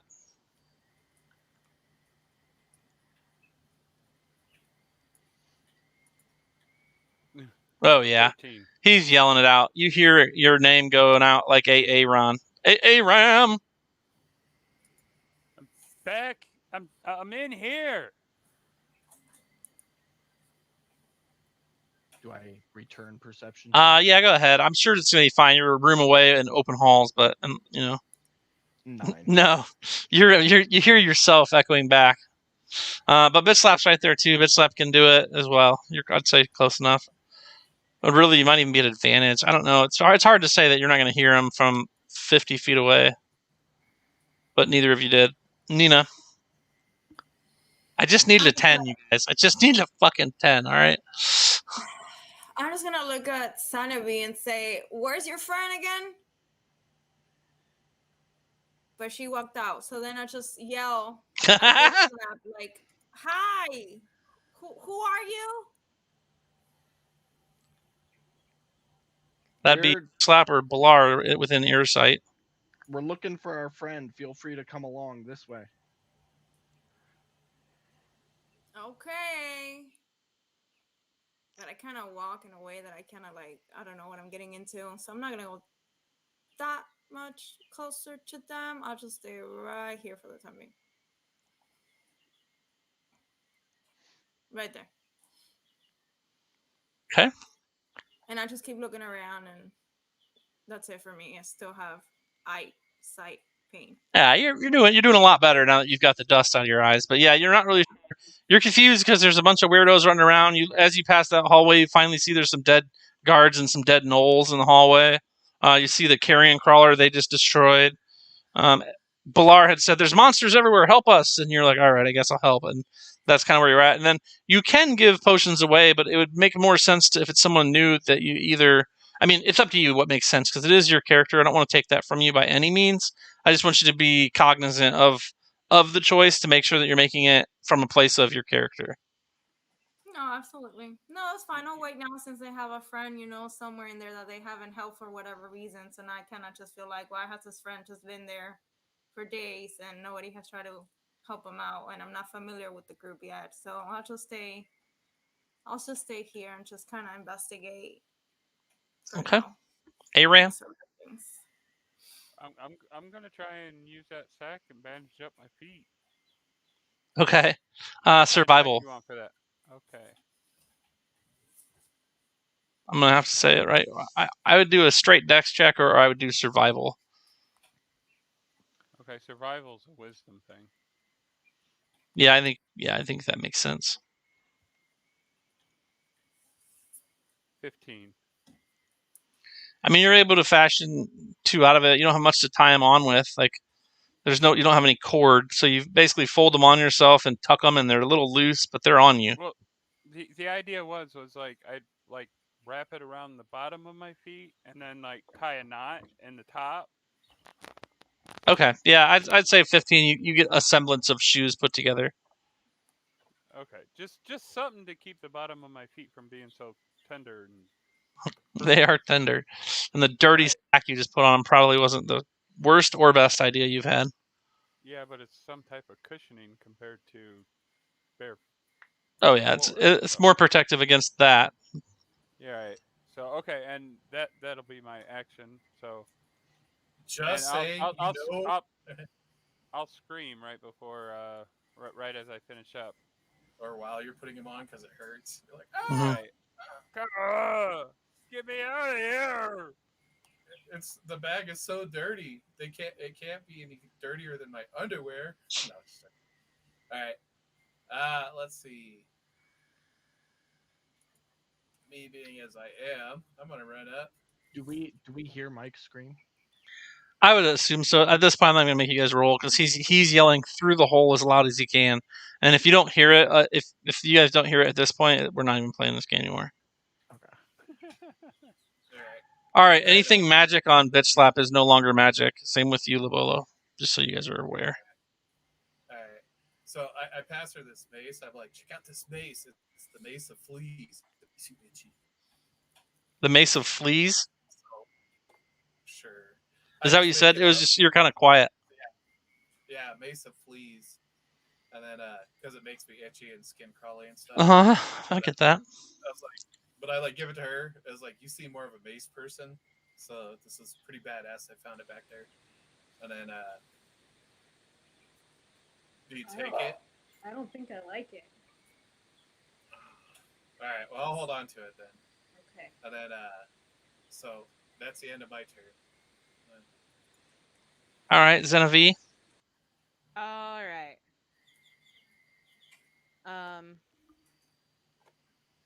I guess I'm just gonna pop back over. Oh god. Oh god. That's a lot of things that I did not mean to do just then. It's a lot of numbers. Thank you. Gonna pop right over here and pop like over there. Yeah. Okay. You pass through that area by Bed Slap, and your skin tingles and feels kind of funky. But also you feel the most clear-headed you've felt in a while. But then you step out of it, and you're right back to the normal you, and don't even really notice the difference that just occurred as you walk through it. And then if I just like try to see what's up ahead, if there's anything in that hallway, is that another action? I just want to know. Well, you moved 30 feet. You're as a rogue, you have a bonus action of another 30 feet if you want. Oh, that's true. I can do that. Okay. And I'm gonna get up to there and just glance around the corners. Okay.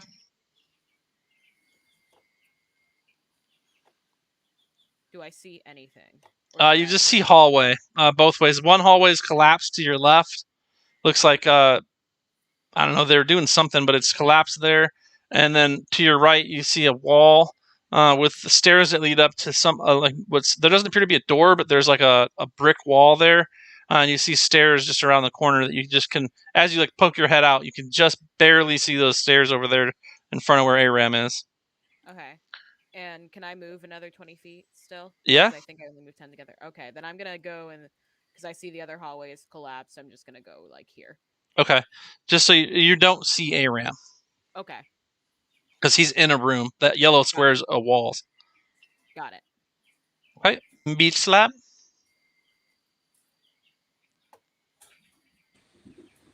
Okay. I'm still kind of off put by that mace Labolo has. I don't know why, but just the way it looks is not. I don't like it. And real honest, Bear, it makes Labolo's stomach uneasy. Like it makes him feel kind of nauseous. Gonna follow my friend.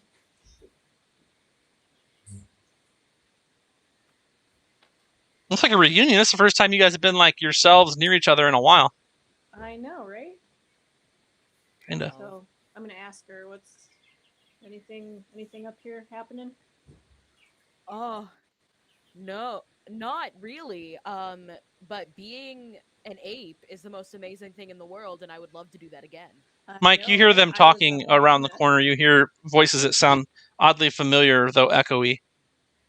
So Zenevieve's kind of like, what happened to you guys? I just kind of hid out in the tunnel, and when I peeped up to check, you guys were gone. Well, we got caught. Then Aram was whining about being in a cage. And I what? Yes. is that you? Yeah, it's me. Get me out of this damn thing. Okay, so I'm gonna move my last little bit a little closer to check it out. You see now that there's like a small, softball-sized hole in the wall to the right of Aram. They're right where the number 10 is. Okay. And that's where his sounds are coming out of. Yes, I've been trying to bust through this wall. Oh, well, I think okay. I think there's a door here, but I can't open it from this side. All right, well, maybe we'll be able to help you out with that. Coming up next turn. Here in another 6 seconds or 10 minutes in real life. All right, Balar. So I'm gonna step out into the hallway so I can see Nina and be like, hey, I think we found our friend that way to the right, and point down the hallway and then say to the right. Okay, and so then, to the left and then up. Yeah, like point down the hallway towards Yeah. Zenevieve and be like, it's to the right down that way. Mm-hmm. And then I'm going to take off following. 20. Can I respond? Uh-huh. Yeah, words are relatively free. As long as you guys don't have like a complete dictionary conversation, I'll probably never stop you from like role playing while near each other, as long as everybody can hear and see each other. You know what I mean? Like, please God, talk to each other. Well, Okay. we're not in combat right now either. When we're done conversing, I'm gonna double move to get over there. Okay, so I'm just kind of walking by. I see Lovolo, which I don't know that's him. So I just look at him and I'm like, "Hello, you," and kind of just turn my face and kind of keep walking towards the And little hole. Labolo appears to be a half elf as well. He's wearing well-made clothing, but kind of run down, like it's been muddied and maybe slept in a few extra times than it's supposed to be. But he's relatively handsome-looking half elf, as if you like that kind of thing.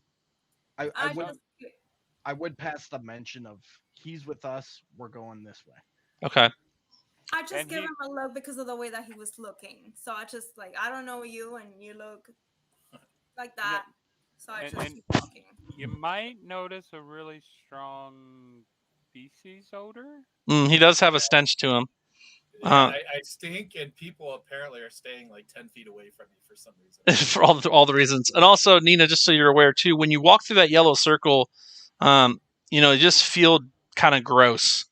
Like as you walk past them, you smell them and you think, "Ooh, that's nasty." But then like your body just feels like it's got the crawlies and shivers and like just as if the dead's like blowing on your neck. Like it's just not a good feeling as you walk past. But as soon as you exit that yellow circle, which you can't see by the way, it's all non-perceptive. It's just something it's not visual.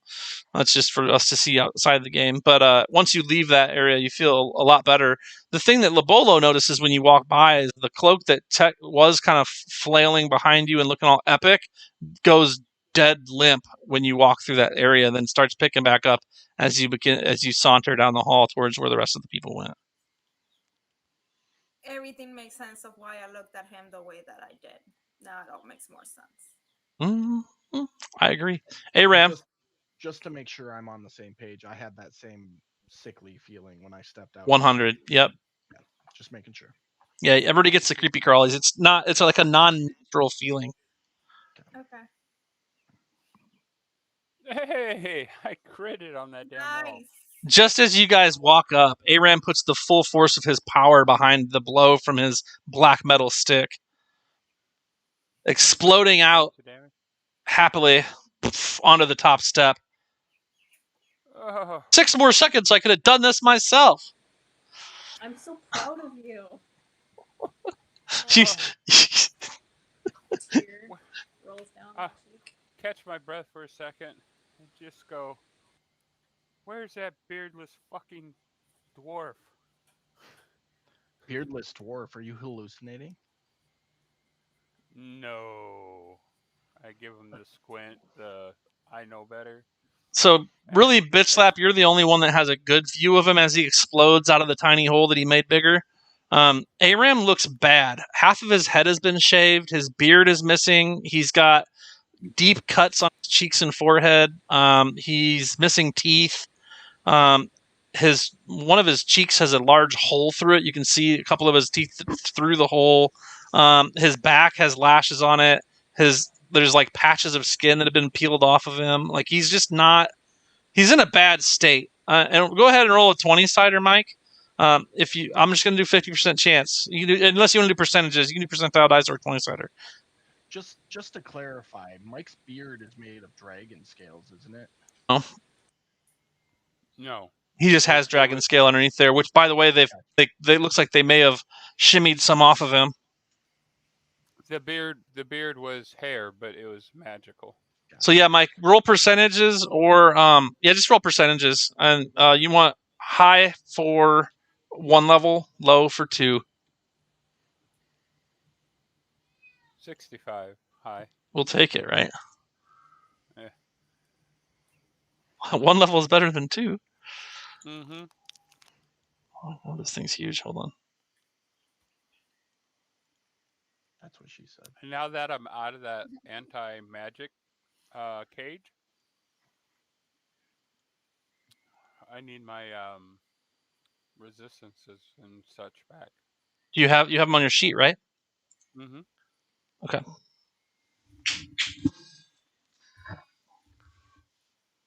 Okay. So yeah, you're putting all those on, and then your action was to bust the hell out Labolo of the anti-magic ring.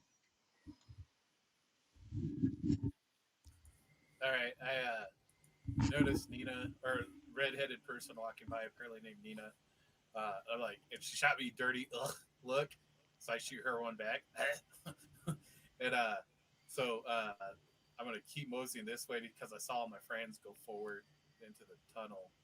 So I'm gonna walk over this way, head over here. As I'm walking, I'm reevaluating, and I realize that I probably do smell of poo. And I automatically, in my mind, I chalk it up to that. I'm like, well, I would look at me that way if I smelt that. So I don't take it too personally. That's the end of it. Oh, I guess as I look, no, I don't. Yeah, I can see Aram, can't I? No, Oh, I don't see Aram yet. not. Well, yeah, I guess you could probably just see him. He's just. I mean, it's a pretty deep angle. All right, I'm stay up with that around the angle. corner, and there's a couple people in the way, so you could just If you barely. didn't do anything else, though, you could move another 8 squares. Nah, as far as like Labola's concerned, like we're out of combat. Like I'm wondering where the Goblin lead master went. But I'm just taking it easy, being like not fighting at the moment. But from my point of view, I do see a strangly guy in his undies, kind of come, standing outside the door, hunched over, all fucked up, and I'm all like, oh god. And then so that's the end of my. Okay. And Genevieve, that feeling of uneasiness but clear-headedness comes over you again. I think I'm just gonna walk as far as I can into the room. Glance around again. Mm-hmm. Just see what I can see. See, there's a hallway above you that that has a door closed, and then there's also an open door to your right, straight ahead of you, where it looks like a war room. There's a table in there with a bunch of papers all over it, as well as a couple open books and some pens and a few other things, scroll cases, little models and stuff. I'm gonna use my bonus action to dash and go into that war room really quick. And I'm just gonna search the table for anything that might give a clue as to what's going on. Okay, so anything I might need for Xenakis. Mm-hmm. For Xenakis, Yeah. the wizard. Yeah. Okay, very cool. All right, roll investigation. Awesome.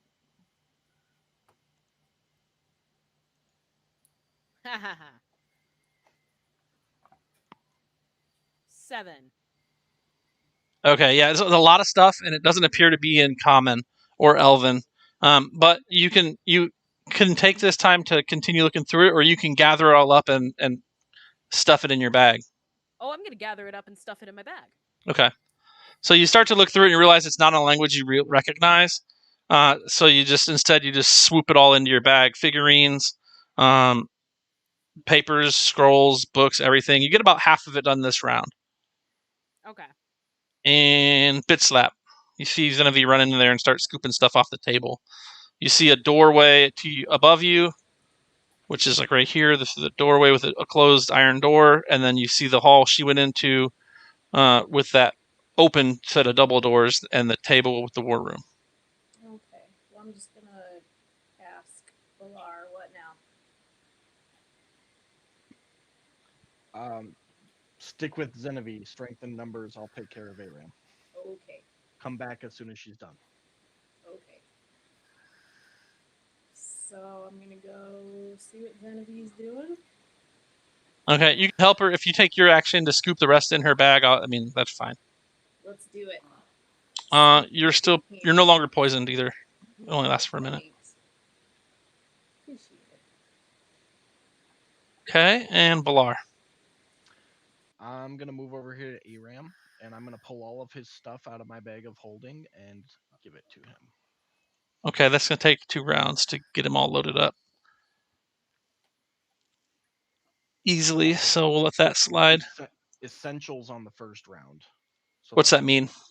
Basic clothes and weapons, like the essentials he would need if we re-entered combat. His normal boots and like his pants and stuff, that all stuff got like when they hauled him off, that was on it. Whatever was on him was on him.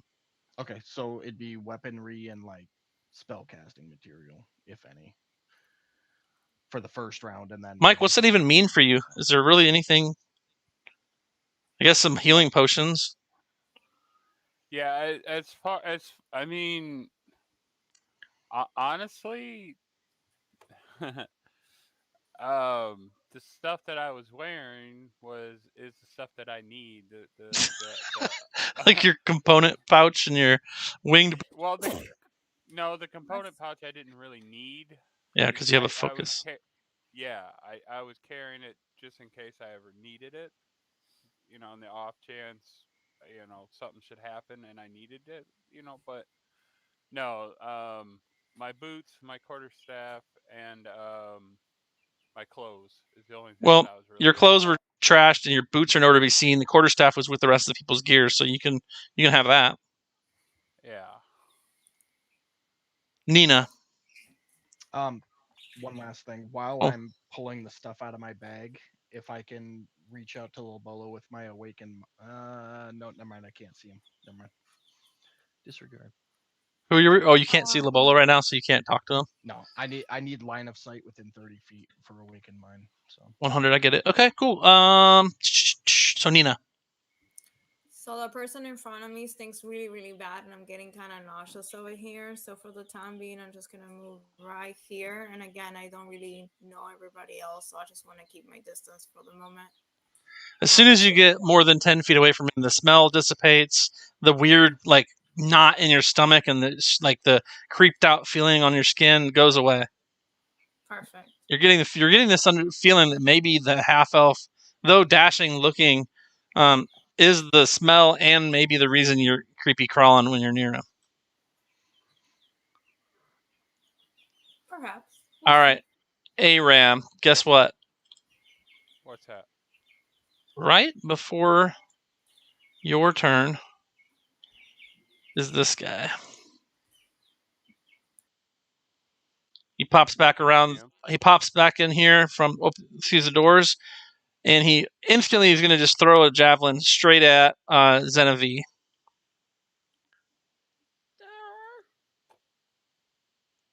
Oh, looks like that's going to hit. Oh God, let me put on Candy Dodge on. Well played. Let me know when you're ready. I'm ready. I rolled a 1, so partially resisted to 1. Good job.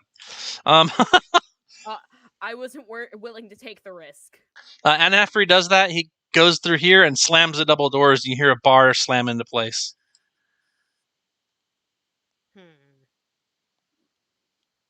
Okay, and then it's Aram's turn at the top, and we can. I don't know. I just left initiative the way it was. It's fine. All right, so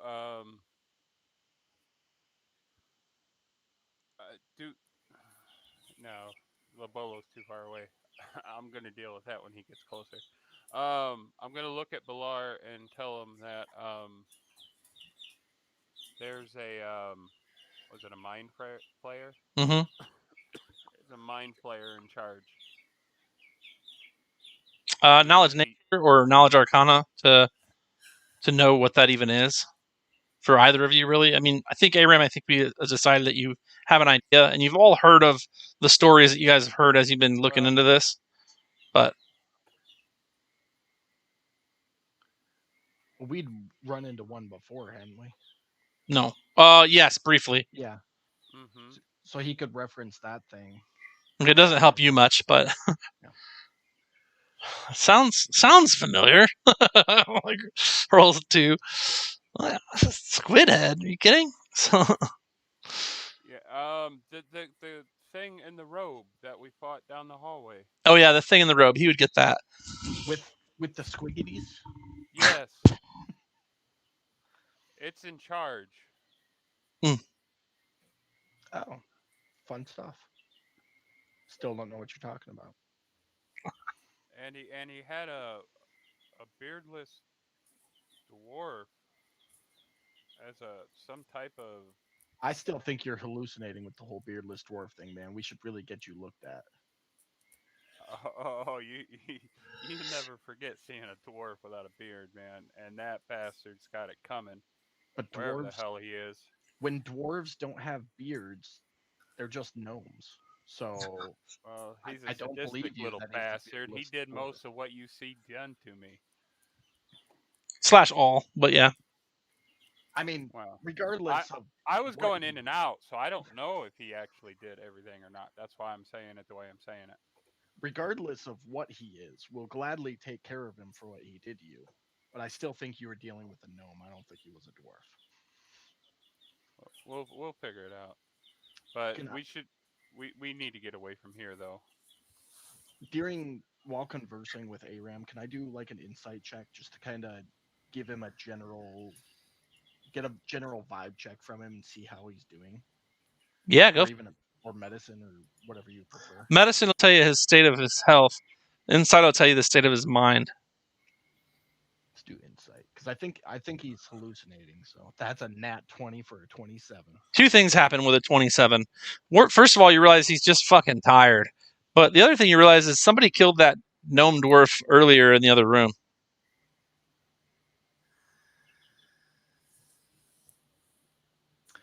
Wait a minute, was he The beardless dwarf? Executioner, yes. Mm-hmm. Oh yeah, this is me talking to Aram. So as I recall things there, I'd be like, wait, was he? And I'll give a physical description, like down to every detail that I'm aware of. I don't remember the physical. A scrappy, details. bald, beardless dwarf? Yes, it was. Oh, Yeah, that was him. well, I think we already killed him. You can buy us a round of drinks for it later. Sounds like a plan, my friend. All right.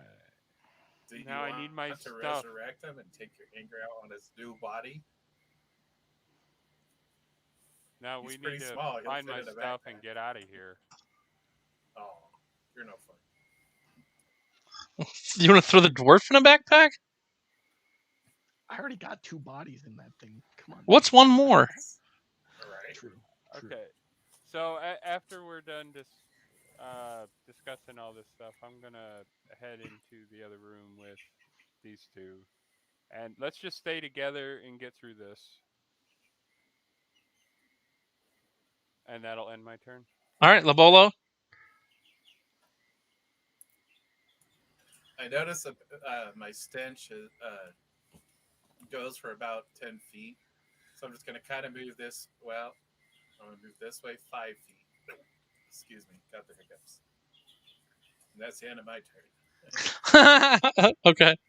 Zenevieve.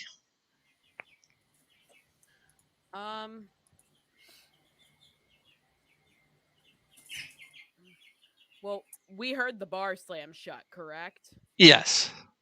Oh, I'm still running over there and being like, trying to shake the door open.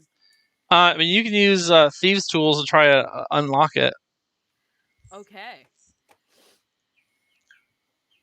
You don't have to intimidate the door to open. You can actually use your skill set. Oh, I'm gonna shake it first, and then I'll use my skill set. Darn it, that was almost a Okay.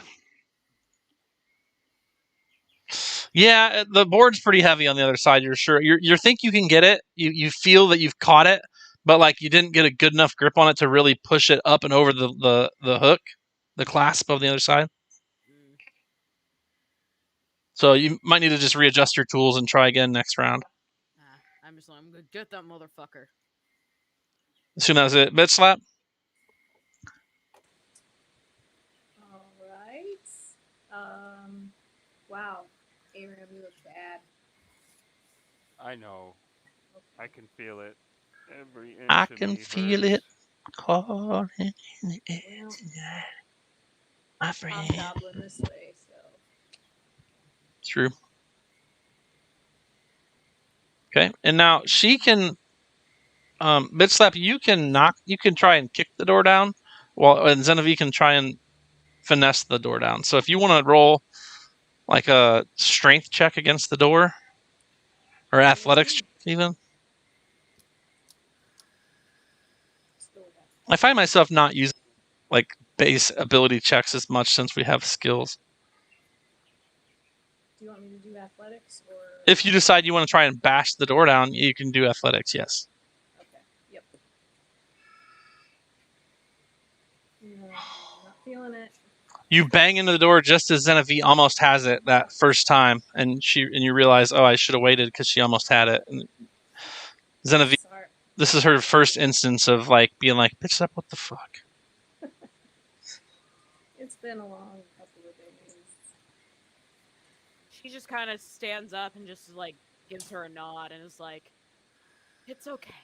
All right. It's okay." You try again. I'll try not to get in your way next time. Really? You're gonna hit the door? All right, Balar.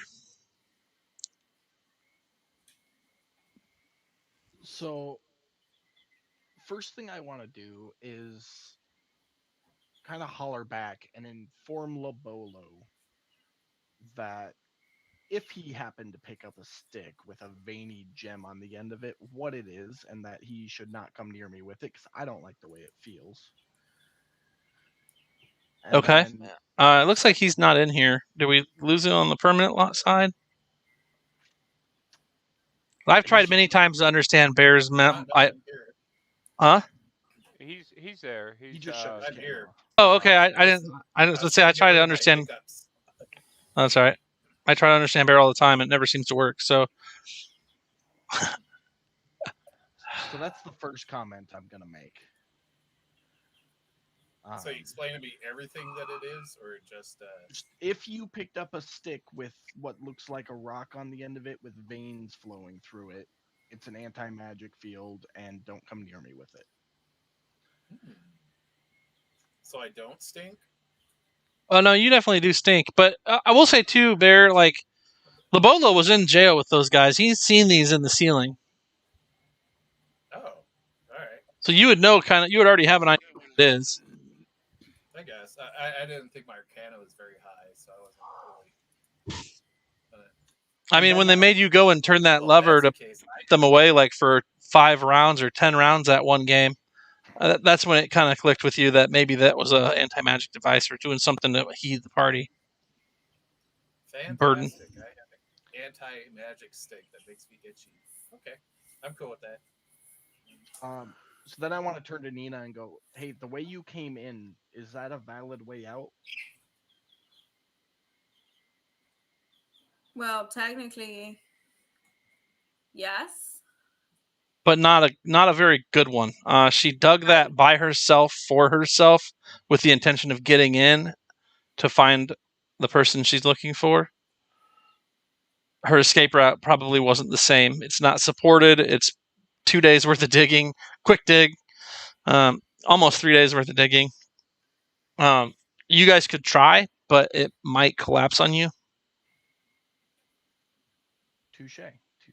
All right, well, let's all just stick together, and with that, I'll come into the room to right there, and that'll be my turn. Okay. What do you think, Pam? What's Nina got going on? Yeah, I guess I'm gonna move also with this guys. I mean, I said I was gonna help him, so what the heck? Let's just move. If you want to move more, you can. If you wouldn't have any other actions, you could move another 6 square. No, it's okay right there. I still want to keep my distance somewhat. Okay. Sure.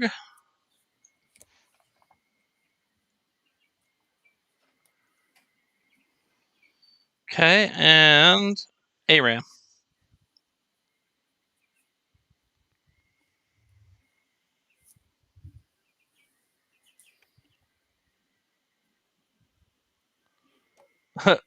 You getting all your stuff? You're muted, Mike. Yeah, out of character real quick because my memory is shot. Sylvia? Was that her tiefling's name? Yep. Okay. So, because I'm about to make reference. Sylvia? Is that you? What the hell happened to you? I don't look that similar. referring to the tiefling that just walked up behind me. I just look at him. Who are you again? Aram? Do you not remember me? They don't look anything alike. I mean, she's got bright red hair. That's she's obviously a tiefling, but she looks different to me. I'm a little out of it, dude. I'm Okay. playing in character here. I'm just making That sure that's hard where we're line at with slide. it. Yeah, Who, yeah, yeah. Led who's with I have a Sylvia? bad memory. Who's Sylvia again? And I kind of just stare at him like, You're not Sylvia? no.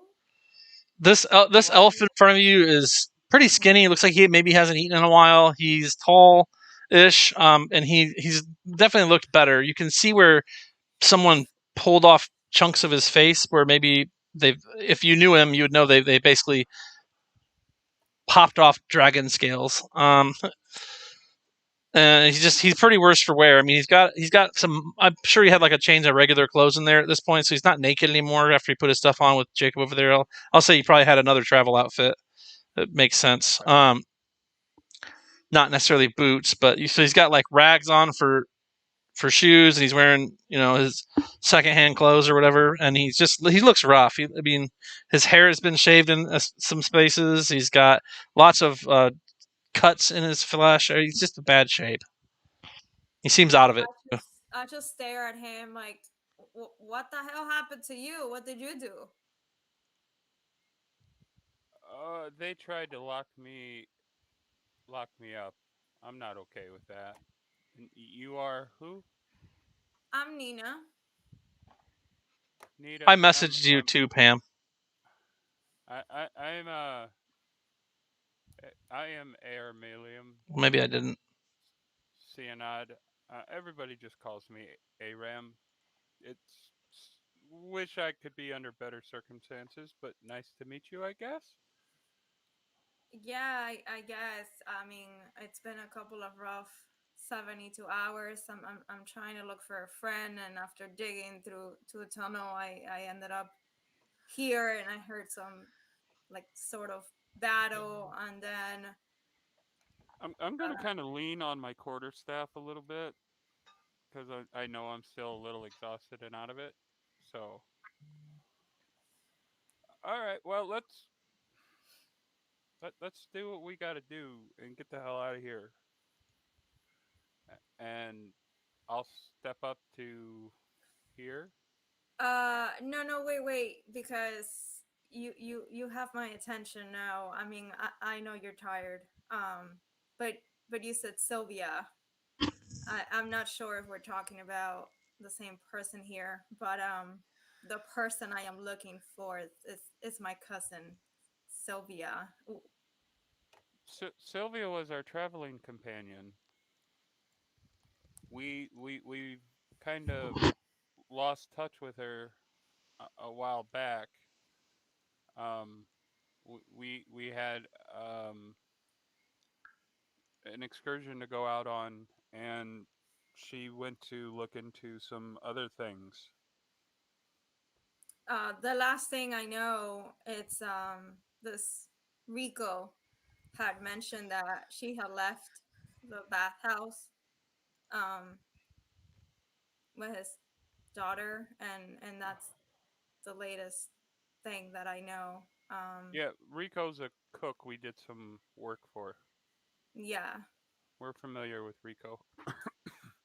And then And two, I, Pam. I, The thing she's out not of, mentioning is that Rico had said that they had left from the bathhouse, which was by the citadel, and that the Duke might have had an idea where they are, as he was known to have his minions frequent the bathhouse.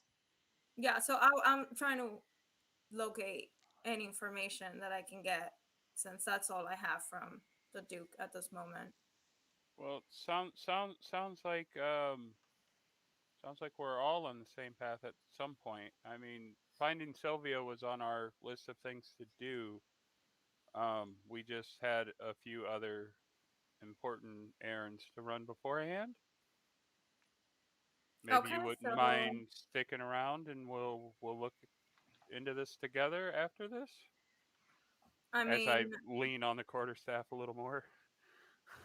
I just keep looking at him at the moment, and I'm just kind of surprised that I have someone that knows who my cousin is. So I just look at him and I'm like, well, very happy that, I have someone that has seen my cousin at least. So yeah, let's try to kill whoever we have to. I mean, today was kind of scary. Everything is still a little blur, but I'll help you guys if you can absolutely then help me and we can all try to find my cousin. I only have I Dane. only have Got it. one question. Sorry. Go ahead. No, I was go just ahead. saying pull Cal back in. She dropped off for a minute. I got it. Yeah, Okay. my internet crashed for a second. I only have one question for you, Nina. Yes. You're not prone to shooting alligators, are you? So, No. she says no crocodiles, but I mean, No. is that a problem? Good. No. And I'll look at Genevieve and Bitch Slap and say, if you don't get that door open, you guys need to move. As I kind of sway a little bit, holding onto that quarterstaff.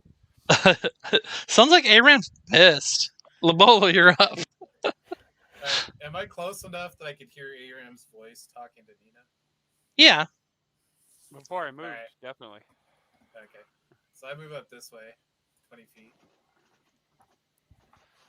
And you could drop the circle. I'll keep track of it. Unless you like moving it around, then hey, I'm down. It's kind of cool. Bro, I don't I care. like having an aura. I'll throw it I on like you. having an aura. It's easy Alright, enough. I'm like, hey, Aram! I'm all excited to hear him and see him now. I'm like, hey, Aram, where you been? I'll look back. Can I see him holding that? Oh man, you guys are doing really bad at this line of sight stuff. Yeah, no. I'm not. Every time. I'm around the corner. Never mind. Go roll I should've known perception, better. buddy, at disadvantage. The corner is just. I'm already at disadvantage.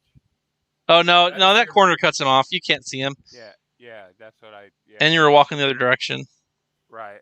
Well, I said I looked back when he Yeah. called out to me, but yeah, yeah. Never mind. Scratch that. So where you been? In a cage. Again? Hey, buddy. I really reek, and I got a stick of anti-magic. I think it's about 10 feet out. So just try to stay away, while you're doing magic stuff, and I'll try to keep out of your distance. But it's now an item we're holding to use for later if we have to. So As I lean over my quarterstaff, I kind of look him up and down in that direction, I should say, because I can't see him, and say, if you have anti-magic anything, I'm going to shove it up where the sun don't shine if you bring that near me. Oh. Gotcha. And don't threaten me with a good time.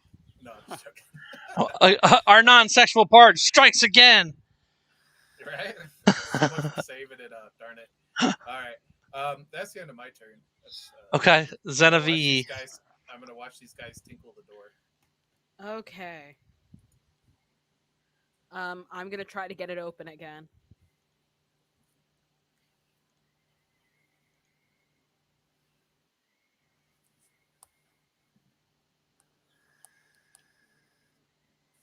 $21. You hear the bar clatter on the other side of the door. Heck yeah. And you're able to push the door open if you'd like to. I definitely push it open. I'm gonna step a little bit through, just up to the corner, so I can try and peek my head around. Okay. There's a set of double doors around the corner there, also closed. Okay. And ahead you see a hallway. Awesome. Okay, so I'm gonna walk up to these doors now. Can I open them? They're locked, but you're sure welcome to try. This does not appear to be by a bar, but by a mechanism. Okay. Can I try right now? No, because you just picked that other one as your action. Okay. Can investigate it right now if you chose to, or you could just wait it out. You see that it is a keyed door. I would love to investigate it. Okay. So long as I roll well. Yep. There does appear to be some kind of mechanical trap to this lock. trap. Oh. Madam Slap. How sturdy does the door look? I don't Not know. as sturdy as the one that you guys just came through. It's almost more ornate, but it is iron wrapped. Well, let's ram it. What the hell? We're here now. We might as well. That's right.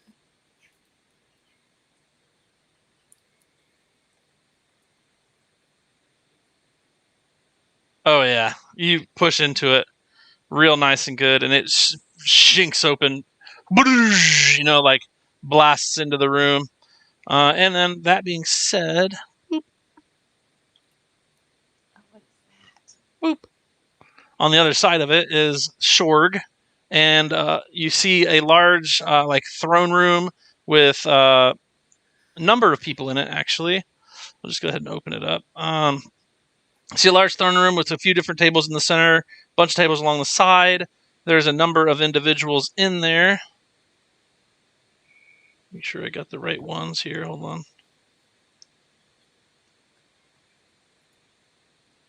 Right there. Noble. Acus.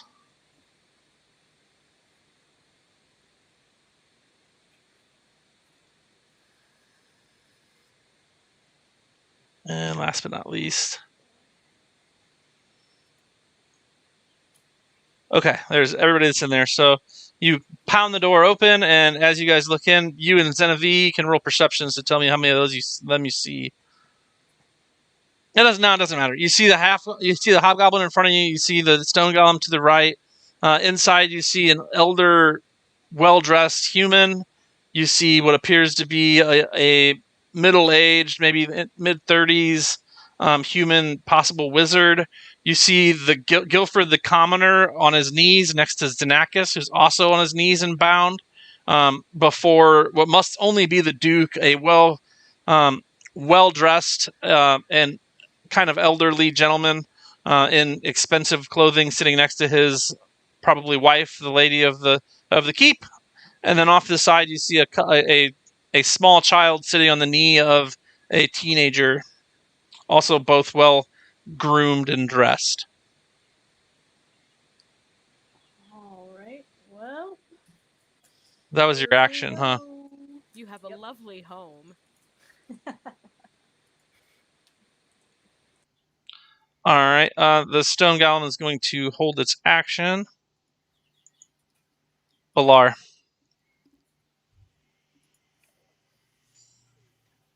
I'm seeing our two wonderful frontliners rush through. Gonna step up to here.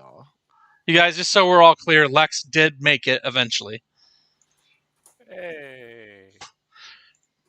I have arrived. So I'm gonna step up to the doorway here, and I don't think I have any line of sight around that corner, right? Doubtful. I don't think I do.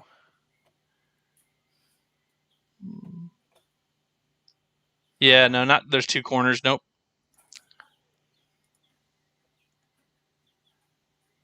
So other than that, maybe like lift my shirt up and wipe my face off. I'm sure I've been sweating and bleeding a little bit, and that'll be the end of my turn. All right. Xenakis, bloodied and battered, kneeling before the Duke. The Duke has his foot on his butt as the door bursts open. As the door bursts open, he kicks Xenakis down off the top steps, off of his knees and onto the ground, where he splails out on the ground before him. The noble cousin stands up and leaps over this stuff here and pops forward in front of the acolyte, leaving the baby the small infant by himself. Nina, some ways back, you hear a commotion ahead as Bitch Slap busts open the door, and you hear both her and Zenevieve go, "Oh shit!" As you don't see the 15-foot tall stone walking statue, but they do. Can I move kind of closer to where Aram is? Yeah, you get 6 squares unless you have mobility. I don't remember if we took that or not. You did. You have 8 squares you can move. So perfect. So right next to Aram.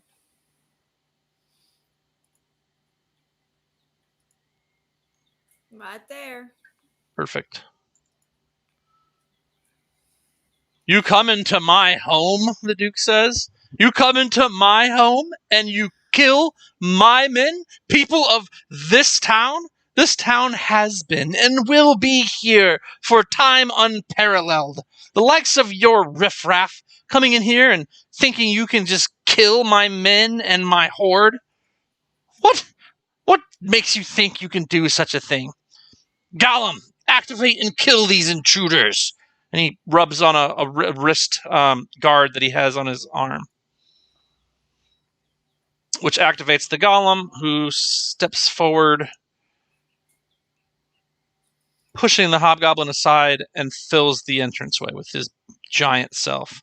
And his action will go off, which is multi-attack. So first he's going to slam Zenevie and miss with a 12. Then he's going to try and slam Bitch Slap and hit with a 21. Here comes 3d8 plus 6 bludgeoning. Prepare yourself. Oh, 2 for 1s. 12 damage to Bitch Slap. She's felt better before. Balar.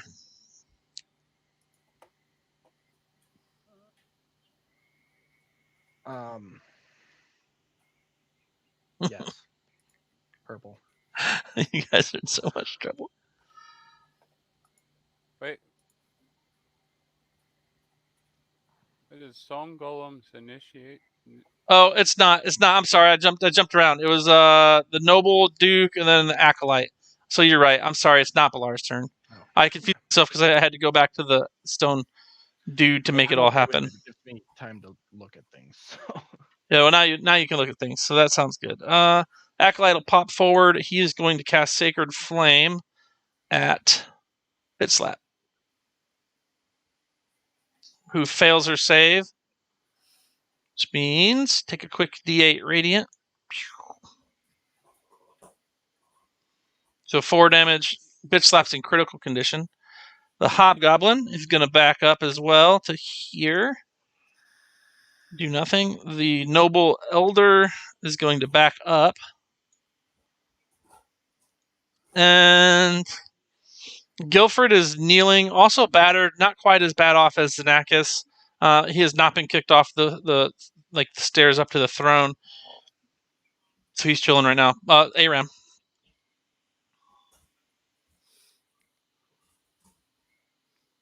Alright.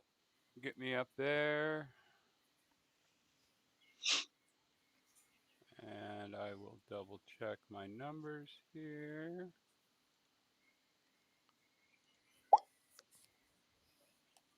Oh, Lord. Oh, yeah. You have spells left. I forgot. I have all my slots. Don't target the Acolyte.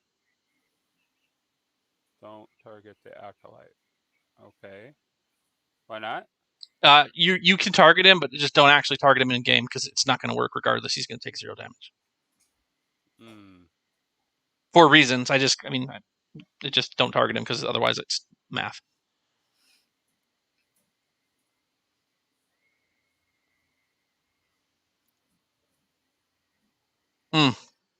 So the Hobgoblin, the Noble Cousin, and the Stone Golem all take some damage. It looks like the Stone Golem succeeds, but it still takes damage. And hold on, I'm not done yet. Oh yeah, that explosion whacks the cousin. He falls and is holding his arm, and he falls to his knees, screaming out, "Oh, why? How can this happen to me?" He's like that. He's sitting there rasping, trying to get his lungs to work through the charcoal that is his body. That was murder.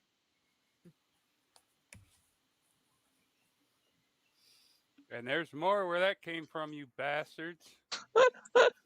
That was murder. I just caught it. Like, it took me a second to catch up with Genevieve's acute senses. Labolo Teal String of the Anti-Magic Field. All right. I'm going to mosey over this way. Here. And then here. It's 25 feet.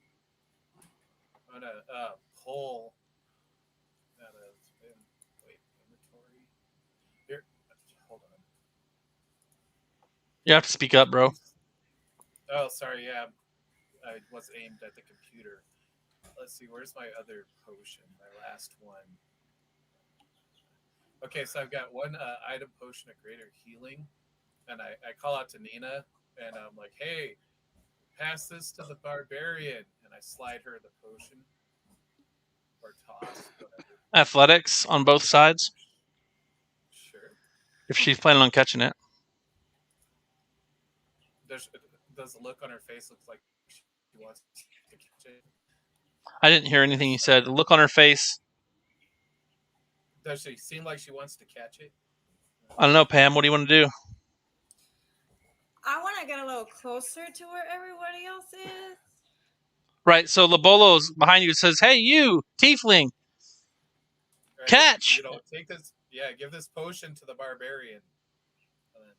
I'm good at it. I mean, I can try to catch it. I'm pretty good at it. All right, so I toss it. Her face looks like she's Okay, so he badly throws it to you. Roll an athletics check and make it a good one. Please help me. Please. Or don't. Or please, God, don't. Yes. 17, though. So it gets to her, and she stops it from breaking, but she barely catches it. Like, it is literally catches it as it hits the floor just before it decides to shatter. Nice. Because your shitty lob bounced off the corner that basically cuts off your view. So you had a bad... You should have thrown it... You have more movement, too. I have other stuff I want to do. Okay. All right. Now that I know she... Okay, so you passed her the potion, right? She's got that. She's got some. So, yeah, I can just make another one on there. Okay, so I just close mine out. All right. And I head this way 15 feet because I'm curious as to what's going on with this room over here. Yeah, great idea. Okay, and then... Right, that's the end of my turn. That is. Okay.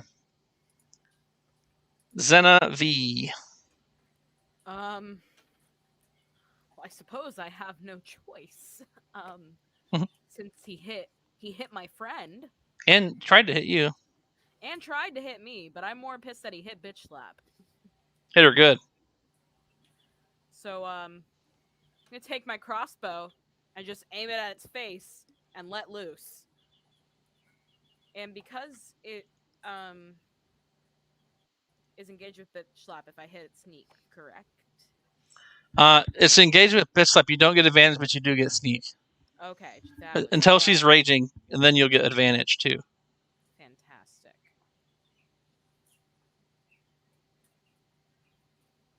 Miss! Darn. Well, I guess it's time for luck. Oh! Cheater!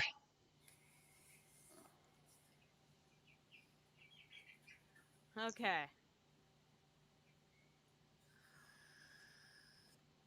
Sneak. No ones, no one. Ooh, that was a lot of sixes. You did hit him with the second one with the 24. That's good. 27 points of damage. 2-0.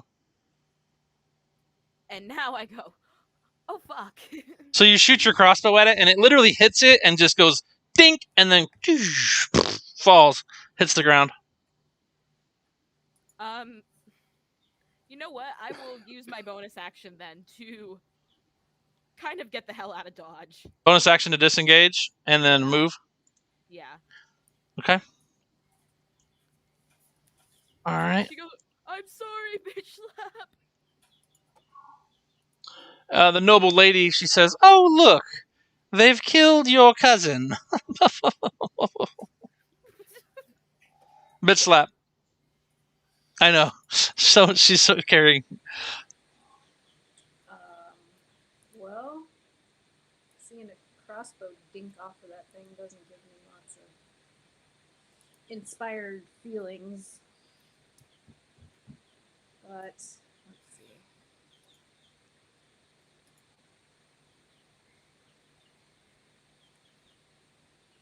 I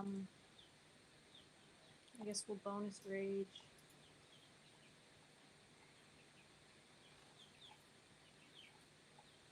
I can get there.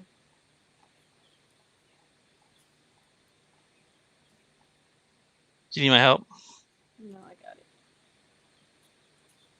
It's a good time as any to rage. Yeah, yeah. And see if a sword bounces right off of him as well.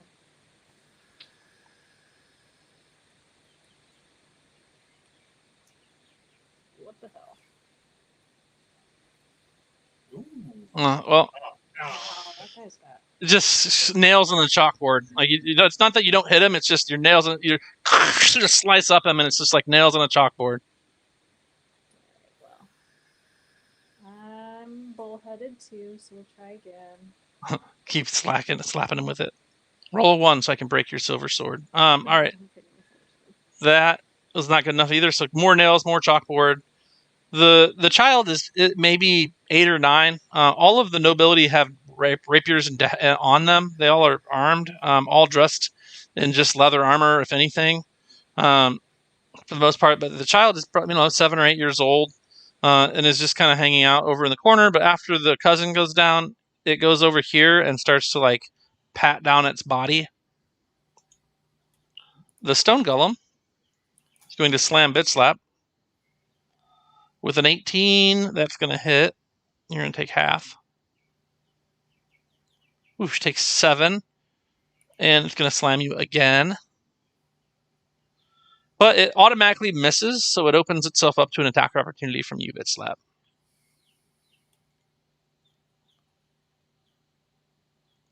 Hey, if it's your first time popping in tonight and watching, don't forget to use your free sub through your Amazon Prime account to subscribe to your boy, or follow if you haven't already. Check us out on TikTok too. I do some stuff on there. It's DMDBI317. Yep, just want to throw it out there.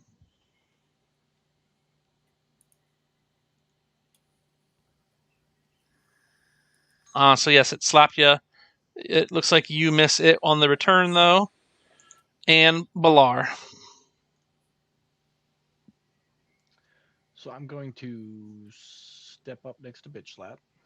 Okay. There's a. I mean, it's around the corner, but I mean, yeah, okay. Yeah, so I'm not in threat range there because of the corner, right? Yeah. Okay. So I'm gonna hit her with a level 2 Cure Wounds.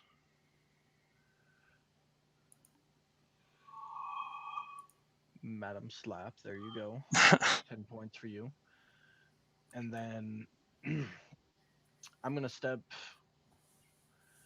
out and around behind Aram and just shout, if anybody's got heals, we need them over here now. And that's the end of my turn. Okay. Xenakis is appears to be mostly like unconscious for the most part, but he's still slightly like moving and struggling around there with his hands bound behind his back. Noble cousin is prone. Nina. So I want to try to do a scorching ray At the what? stone. Okay, well you can't see it. Remember, you have to line yourself up, buddy. I So thought I could see it because I'm like right there. yeah, but see this big black thing here, like the next everything left of Bit Slap is a wall. Okay. There's 2 yeah, double doors yeah, straight yeah, ahead of that's you. what I'm Just sure. past Aram, and then left is the only way you'd be able to see it. You could probably catch of it with a negative to hit from next to Balar. What I like to do, if I'm not sure if I have line of sight, what I like to do is target or put my mouse over the creature, and then hit Control and click it, and then bring the mouse back to my character, and it'll show me a line if I use Control and left click on my target. And if that line goes through a wall, then I can't see it and I can't shoot it. So that's what I like to do. Yeah, I've got you targeting it now, Pam. So as you can see, it goes to the wall. I think she just didn't realize that was a wall. Yeah, like I forgot because they kind of broke it, so I just thought it was like I can see, like AC access too. Not quite. But so you don't have vision from there, but you have 8 steps, eight squares to move if you'd like. So that could put you in a place to utilize what you got. So I'm gonna go next to Valar. And now I'm gonna aim for it.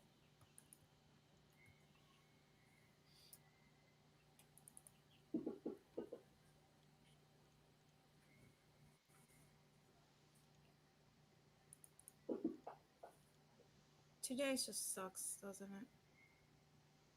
Hey, you hit it. Yeah, I didn't do anything. It did 6 damage. Everybody else is doing 0. So I mean, it's a step. Yeah. Okay, Mike did that's some. good for me. Okay, good job, Nina. Are you staying there? I think you still have. Yeah, I'm gonna stay right there. That's fine. Okay. The Duke. See, no intruder shall truly ever squash that is the nobility of that which is the nobility of the Renaud family. How dare you think you're even nearly equivalent to the excellence that is Renaud's? Come on, Goblin, take care of my light work. He kicks Guilford down the stairs now too. The acolyte. He's just gonna cast another spell. So we'll see. We'll throw a quick Sacred Flame at Bitch Slap. And it looks like you fail, so you take a D8 Radiant from the Acolyte. You are critically damaged. Shorg, the Hobgoblin leader, is going to run over this way and take cover behind that table there, and he's going to use his last range. Oh, he doesn't have any way to get to you guys. He's just going to hide back there behind there for now. The noble elder says, "Well spoken, my son. Oh, spoken indeed. The Renaud family is greater than any family in the realm." And he chews on something and puts his hand on his rapier and just leans against the shelving there. Guilford squirms around on the ground. He's not unconscious, but he's squirming. Aram.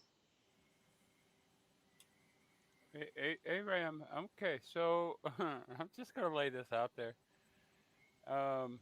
Aram's alignment might be knocked out a little bit here.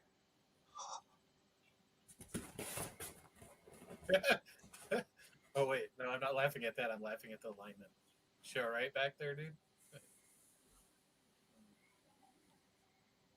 His alignment is knocked out, but it's not what Kelly's talking. It's not what Bear's talking about. It's So it's everything except for the acolyte damageable. You can get the acolyte now. You just couldn't that last round. Okay. You're gonna hit Xenakis and Guilford though at the same time. That's what my alignment. I figured. I wanted to point it out so everybody else knew what was going on. Mm-hmm. I'm getting everything that's.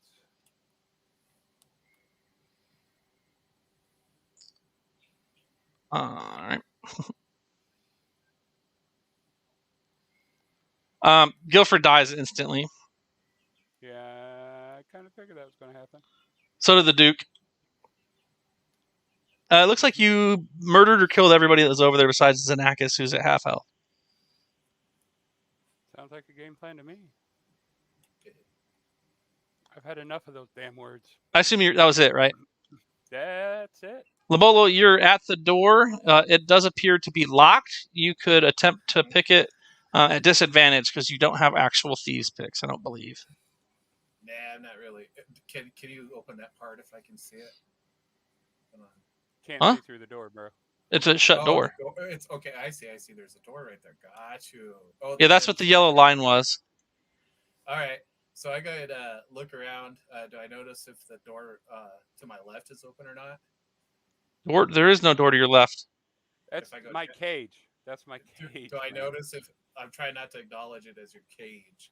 I'm kind of just looking at stuff. There's a hole in the wall where he came out of, but to your north, there's a double door that is locked. Okay, so I head south, and then I head west to go examine the hole and see what's in there. All right, you look into a 10 by 10 empty room with blood splatters all over the place and shreds of what looked to be an old, foul-stained sack. There's no crystal shards or nothing. There are. I mean, there's a spattering of the anti-magic shards throughout there as well. All right. Since I'm already carrying an anti-magic base, I'm gonna pick up some of the shards and pocket them. And then that was what, 15 feet.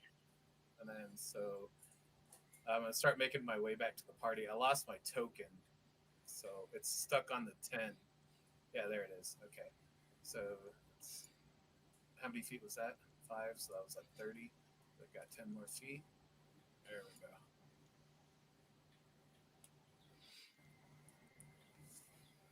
And that's the end of my turn.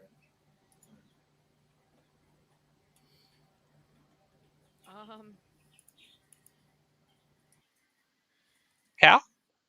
Hi. Hey. I'm at a loss for what to do.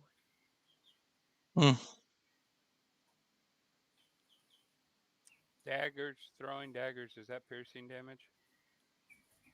Yeah. Yeah. Okay, never mind. Can I give her a healing potion? Do I have to wait on my turn for that? She could take it from you. Take it from me. I snatch it.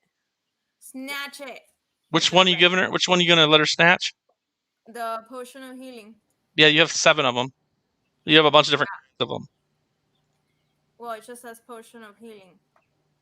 I have the greater healing. I have superior healing. Yeah, it's your choice. Which one? Yeah, which one of there? You have 4. Which one do you want to give her? Which kind? Superior healing. Okay. I dropped it on her. Okay, great. Let me mark it up. She just looks at you and like, you're my new best friend. Oh, what? No. Sorry, that came out wrong. She's like, you're one of my new best friends. You should have said that 6 seconds ago, so Bitch Slap could have for real been in a rage and. What? This bitch? Oh. I just look at her and say, it's too soon for you to say that to me. We just need to try to get into this thing. I need you as healthy as we possibly can. You kept me alive. That's all that matters. That works. That's better. Denied. Retreat 3 squares. No, just a second. I'm just imagining Bitch Slap locked up with this stone golem, and here's, you're my new best friend, and just... I'm so sorry. And that was it then. So Yeah, she's dead. Morticia's dead. Bitch Slap. Okay. Gears are turning a little bit. I see magic hurt him. I see my ineffectual sword not hurt him. I think I'm going to disengage and slide back behind this corner here. Back here? Yeah. Okay. Do you push Aram towards it? No. Just checking. Just checking. You know, he ditched the party for a while. I don't know if you guys had, went different directions at that point. Hey, man. I've ditched the party to go do stuff before. Hey, man. Not the gumdrop buttons. That's hilarious. Alright. That's it. Okay. Stone Golem steps forward.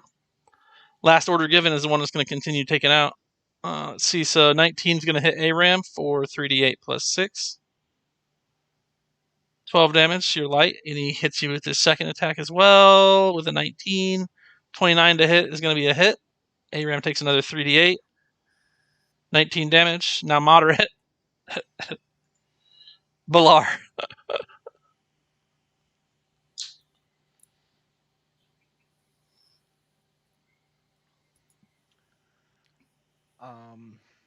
Yes.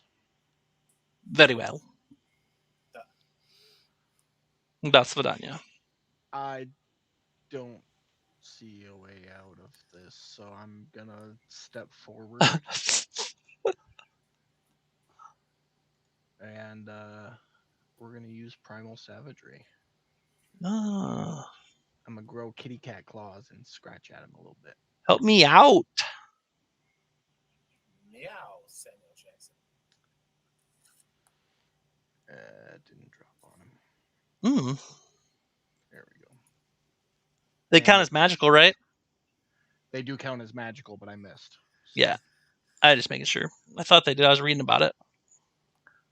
Yeah, no, because it's a cantrip. So primal magic is the verbiage.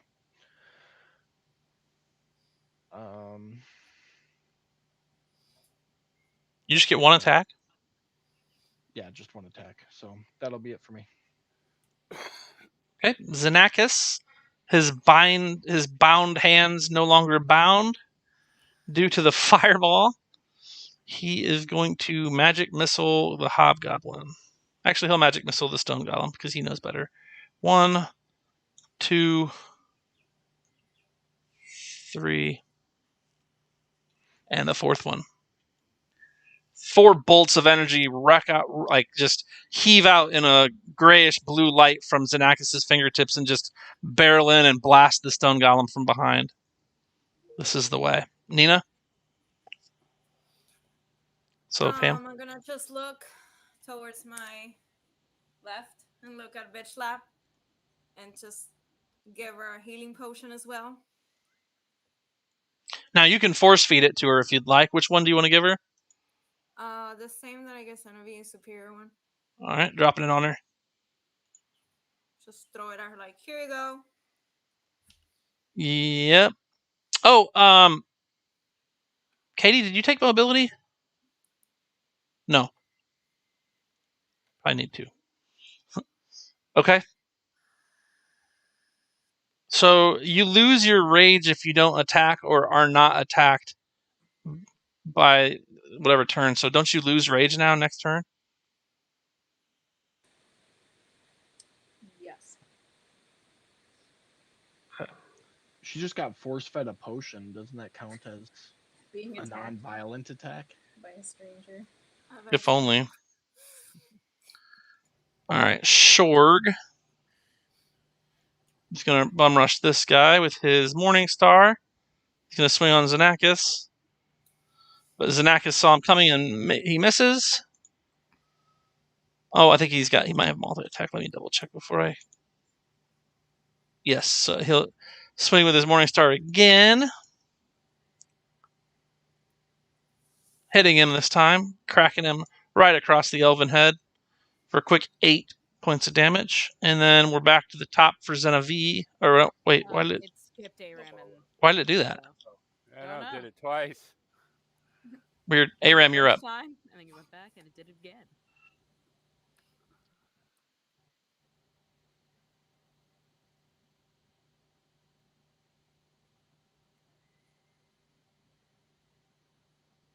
Okay, first and foremost, I have a potion of healing for my bonus action. So a quick 7 back. And then let me see here. Hold on.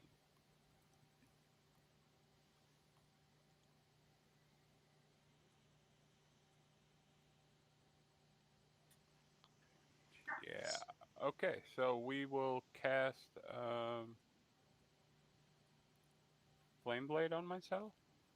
Is that a bonus action to cast?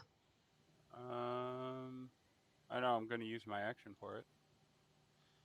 But doesn't it go away after you use it? When it stays on, doesn't it? That's it's. No, I'm it thinking stays on. green flame blade. You're good. Yeah, You're talking a flame strike. Flame Blade. Yeah, Flame It's Blade's it's a bonus action to level cast. level 2 spell. It's a What is- bonus action to cast. That way you can swing with it on the same turn. It is a bonus action, yeah. Yeah, but he was just bonus action to pop that potion. So, Potion, yeah. but you can I don't. You can take a whole action and do a bonus action. I don't give a shit. That's fine. So basically, you cast the spell and hope he doesn't knock your concentration next round. Right. Okay, Labolo. Alrighty. I'm gonna yell at the people in front of me. First I yell bitch or talk to Bitch Slap and be like, "Hey, what's going on over there?"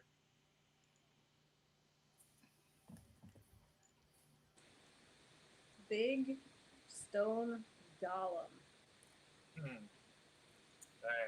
I can ponder for a second, and I don't know, should have about golf, but I'm gonna be like, I yell at everybody in the crew. I'm like, hey, move out of the way, coming through, stinky guy. And then I move there. I reiterate, stinky guy coming through. And that's the end of my turn. Zenavi. I still am at a loss for what to do.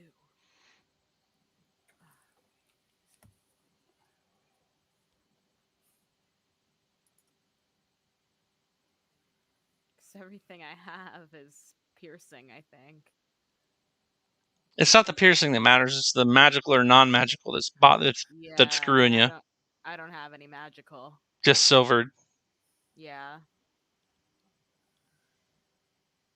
Sounds like you know what you need to do next, right?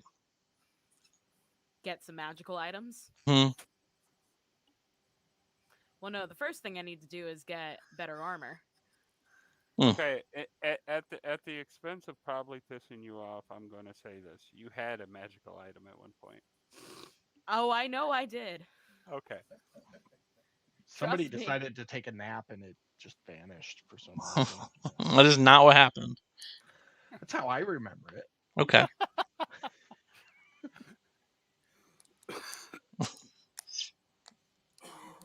It's ridiculous. I guess you guys were kind of out a lot.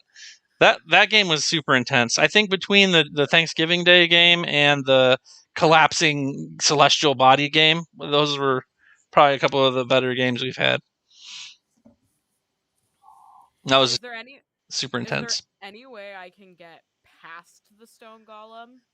Acrobatics of 25 or better. Oh my god. What happens? Well, I hope I roll really good on acrobatics because I'll try.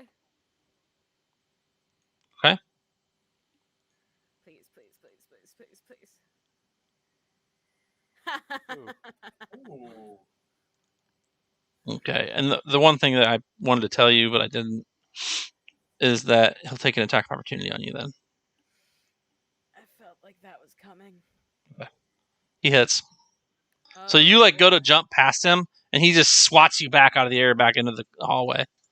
Wham! And you're like, ah!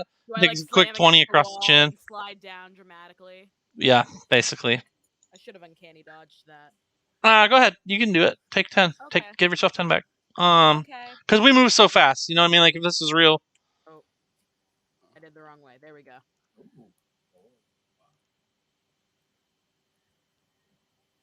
Okay. Then that'll be it. That'll be my turn. Okay.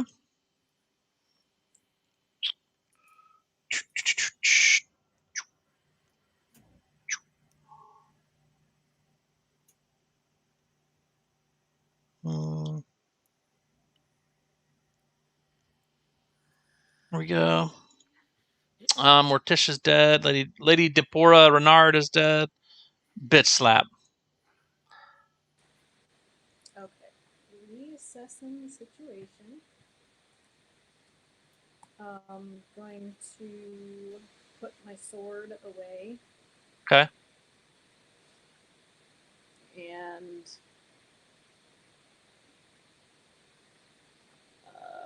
Genevieve has your maul. Ask for my maul. Oh Just shit, Genevieve, you have my magic longsword too. Are you do the longsword? I'll give you both if I can. You can use one. Oh yeah, that's true. Use a longsword, Elven blood, so you can use a longsword. You can use my sword. I want. Okay, I'm like, here's the maul. You have that. I'll use the sword. Can I get it from her this turn? Yeah, if you drop your silvered sword, you could.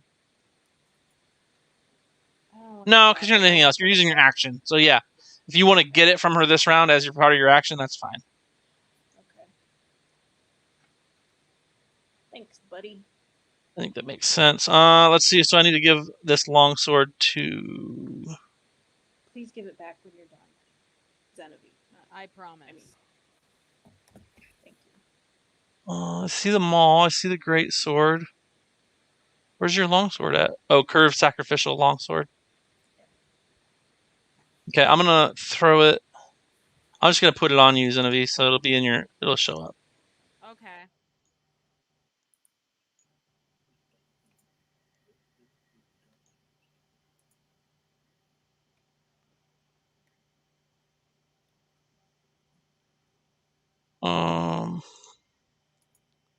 There we go.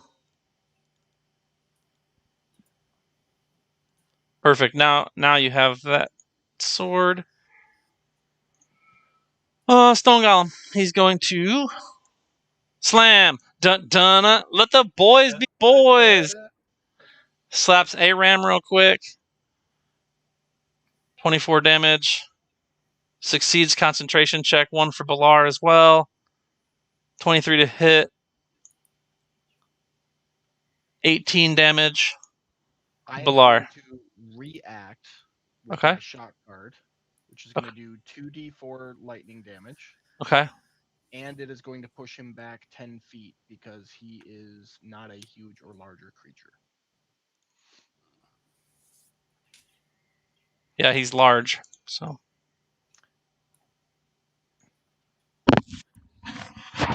That being done, Okay. I'm going to step forward. Ooh. And I'm going to primal savagery attack him again. I like it. Chink chink. Sabretooth. Hey, you hit. And it hit that time. Kitty scratch. 12 damage. And that is going to end my turn. All right, Xenakis, being Xenakis, is going to Misty Step. And then he is going to Magic Missile the Stone Golem for more Magic Missiles.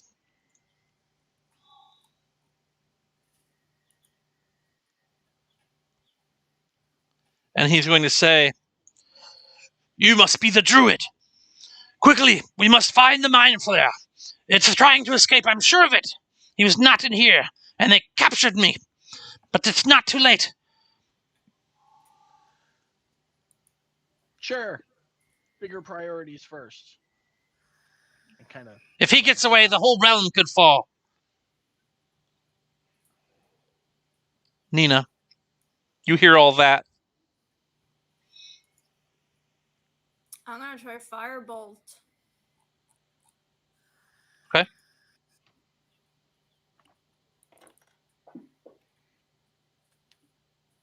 That hits.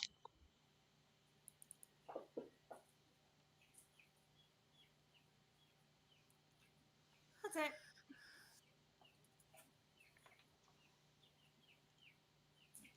Okay. Nicely done. He's dead. Shorg. 5, 10, 15, 20, 25, 30. Can't quite get to him. That will be all for Shorg. Xenavi. Nope. Nope. Did it skip you? Well, I don't know why it's doing that. Aram. Yeah, it skipped Aram. Why is it doing that? I don't know. It just jumped straight down. I didn't even see the names. Aram. All right. So if I shift over 5 foot, I should have a clear sight on Shorg. Mm-hmm. Clear enough. I mean, through the commotion of the Stone Golem and Balar flailing about. Yeah, I just have to be able to see him for what I'm about to do. Let me double check this.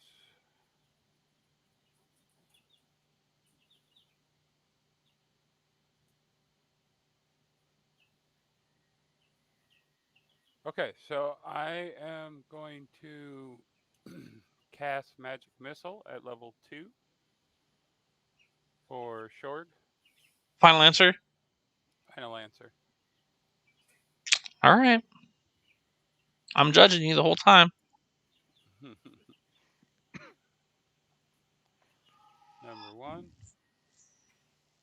Number 2. Number 3. Number 4. Well, so I'm sending the fourth one on. I'm putting the fourth one on the Stone Golem because Shorg fell on the third. Oh, okay. Appreciate that. So energy bolts of whatever color Mike likes the most. Probably what, green? We'll go purple. Purple bolts of energy fire forth from the quarterstaff in Mike's arms. As he leans against it, he uses it to channel the energy through it, and it blasts into Shorg once, twice, thrice, and he falls with blackened, like, charred marks all over his torso, on his face. And then the fourth one gets redirected into the stone golem, who also takes a quick 9 damage from it, which does appear to have hurt it. Anything else? And that will end my turn. Okay, Lobolo. So you guys, we've got 5 minutes. I'm down for finishing this battle if you guys are. Nice. I'm good for it. I may Well- have to leave, but I'll continue until I have to. Okay, that's fine. This shouldn't take too long. I mean, there's you guys and 2 people fighting currently, so I was gonna say I'm down for finishing the round out. okay, that's fine. Maybe you guys can real work on it. Yeah. So don't say I didn't warn you. Coming through. 30. Okay, I didn't get equipped a mace that to hit with. So what do you want me to hit with? So you roll up to it, and the stench of Lobolo overwhelms you, Aram. But as it does, the golem crumbles into ash. I literally thought about that. It's a magical construct, and it just got ate up by an anti-magic field. You guys finished the combat. Fuck that. That was my stank that did that. You can't handle the stank. You guys It finished the got current one combat. whiff, just one whiff of Lobolo and combusted. So, There's a I want to look at Lobolo and be like, "That worked. Thank you." I'm guessing my flame Fucking blade right, goes dude. out. yes. if I'm free to move, I'm going to move 10 more feet that way and clear the area of people smelling me the best I can. And then Aram will as I never have get the people- smell out of his nose. Okay. Well, the one thing I know I want to do is I'm going and looting bodies.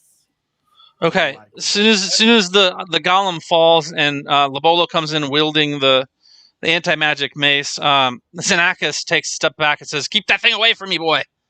What are you doing? We have to find the mind flare.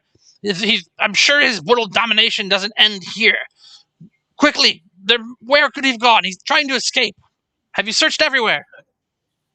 Yeah, not yet. And I keep moving that way until I corner him. And He's going to keep pace with you. We're technically out of combat, so... yeah, until I got him against the wall, like I said, until I got him cornered. I mean, he's getting back into the corner, but no, that's... I mean... Aram said everybody dies, so... Genevieve calls out like, "No, wait." No, wait.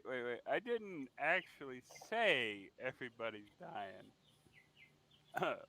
Lobolo, you come in there, you see the commoner Guilford that you guys saw in the sewers dead. Looks charred to a crisp, still lightly on fire. And Xenakis you've never seen before, but he seemed to have been talking to your party members just before you charged him. I care not. Until that field envelops him, I'm going to corner him. And then Okay. Genevieve's calling out, "He's a friend. He's a client, really. I don't care. I'm cornering him. If I don't get paid, I'm going to end you." I didn't say I was going to kill him. I'm cornering him. Okay. You don't have to kill him for me not to get paid. So you move up on him as much as you can, and right before he gets within range of it, he disappears out of there. Oddities. I want to go for Alright. the Duke body while the commotion is happening. And he looks pissed at you when you roll up on him. Like, he gives you a real mean mug, like, "You motherfucker." And then he, like, casts a spell, which if you have any Arcana skills, you realize it's just teleport. Yeah, like I said, I'm checking all the bodies. I've seen interesting groups of people fighting together that normally wouldn't fight. So I'm turning over every stone. Like, if I can tell what a person is or what they're not, I'm going to do my best to do so. Okay, so it sounds like Genevieve's looking through bodies. Lobolo's looking through bodies. What's everybody else doing? Xenakis explicitly said we have to find the mind flare before he gets away and continues his nefarious plan for world domination. I wanted to go for the Duke's body straight away. I want to search the acolyte's body. Well, finding the mind flayer sounds like a fun adventure to bitch slap, so I'm with you, bitch slap. That thing needs to die now. I think there was a door over this way that was locked. Let's go. You guys don't want to bar up the door and take a rest, get some of your spells back? No, they would love to, but the guy's trying to escape in real time right now. You spend 10 minutes or an hour playing Tootsie over here, he's going to be gone. Okay, fair enough. Just give us 1 minute to check for anything that might be helpful, then we'll go. It looks like Bitch Slap and Aram rushed off to the left. We're going to pick up here next week, guys. We'll pick up. I'll give each of you guys something you found off of each of the bodies you've chosen. And then, Nina, are you going to go left or are you going to go in and search bodies? Search bodies. Okay. All right, so the majority of the party stays in here with all the dead people, and the other two people go to try and find the final boss of the level, which is great. So whatever that means, we'll find out next week on A Case of the Wednesdays at 8 p.m. EST. Make sure you like, follow, subscribe. Head on over to TikTok or Discord, whatever. TikTok, DMDBI 317, Discord, DMDBI 510 or 5010. And join us next week for that. I will be on Sunday for Streamlined Dungeons and Dragons with the Streamline crew, and then are you playing Friday, Jacob? Yep, we are on this Friday on twitch.com/alldirtydiver2021. We are doing Lord Z's Fantastical Dungeon. We're gonna see if they rescued the crop harvest this week. Okay, or if they burn the whole field down, right? Yep. This is the way. Hey guys, good job getting through it tonight. I know it was in Labolo's case shitty, and everybody else's case just a whole mess. But we're making it through. We got Nina now. She's joined the ranks to fill the void where Sylvia and Morticia had gone. But I appreciate you guys playing tonight, making it in, and taking the time out of your days to do so. I look forward to seeing you all next week, same bat time, 8 to 11 or so. On Wednesday. Aram's out of the hole. Aram is out of the hole. How many games did you spend in the hole, Mike? 2 or 3 now. And then I murdered everybody in sight. He comes out, he's like 3. It was like 3 games that Mike literally stayed in a hole and just beat the wall to try to get away. It is my personal headcanon now that when Aram got out of there and killed everyone, he just looked around and went, I feel better. I think that tracks. I think he does feel better. He wasn't sure who was an enemy and who wasn't, and I don't think he quite frankly gave a flying shit. Like he's in a. Somebody put me in a cage, and somebody was going to pay for it, and they were the first ones I came to, and they were talking shit. So, thus they paid. They were talking shit, and they didn't show any fear. They just were cocky, arrogant, kind of almost like. Off center. It seemed like they were just sort of out of their, like seeing it from outside their own bodies. They weren't even really paying all that much attention. Like, oh, look what's happening. There's people breaking down our door. They'll never make it past my golem. So a little insight for everybody into Aram. Up until the point he found out that beardless dwarf was dead, his intentions were to firebolt Pinky's toes, ears, and torture that bastard. I'm telling you, save his body and resurrect him. If it's not in your deity, I'm sure somebody's got some negativity going on. It's worth 1,000 gold to bring him back 50 times. Fuck yeah. That's ridiculous. Thinking about it. Good lord. I was really feeling the character vibe between me and Bear this week because I'm sitting here being a practical realist and Lobolo's acting like a bard and I'm just sitting here shaking my head. Lobolo's running around with an anti-magic stick trying to make stuff break on purpose. And it did work. Did the trick. If you give me a stick that repels magic, dude, I'm taking it. I don't care what it looks like, what it smells like, I'm taking it. No, the stick itself doesn't smell. That's you. But full disclosure, though, none of your spells work while you're using it. Oh, I'm aware of that. Okay. And it's like, to me, it's an equal balance to watch golems just go, you know. So. I mean, it definitely helps against magical constructs. Well, see, are we at a video yet, or? Are we still... I mean, we're still live. That's fine though. We're having the post game. It's good. It also kind of helps him in the sense of like if someone tries to cast a spell on him, is it gonna work? Depending on the spell. I can put it in my back and run around and hug people and be more vicious than what my bow's being. So,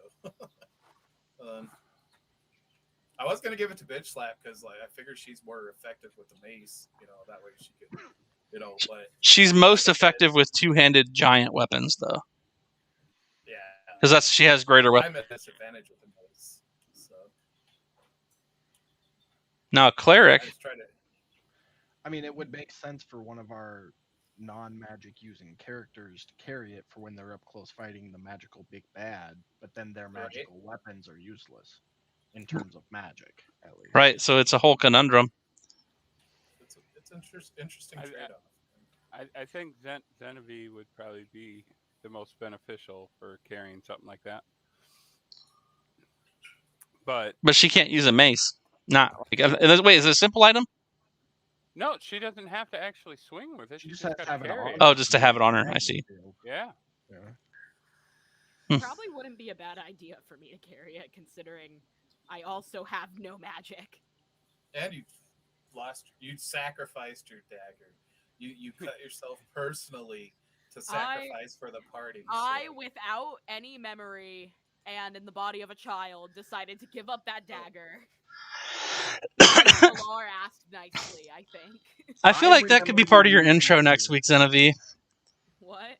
Like part of your intro is, Genevieve, half elven assassin, archer, prone to forgetting things and de-aging by, by a bunch, or I don't know, you'll come up with a good little something around it, but that was a whole big epic storyline for you, is the fact that you didn't remember shit, and you also were like a teenage elf for a little while.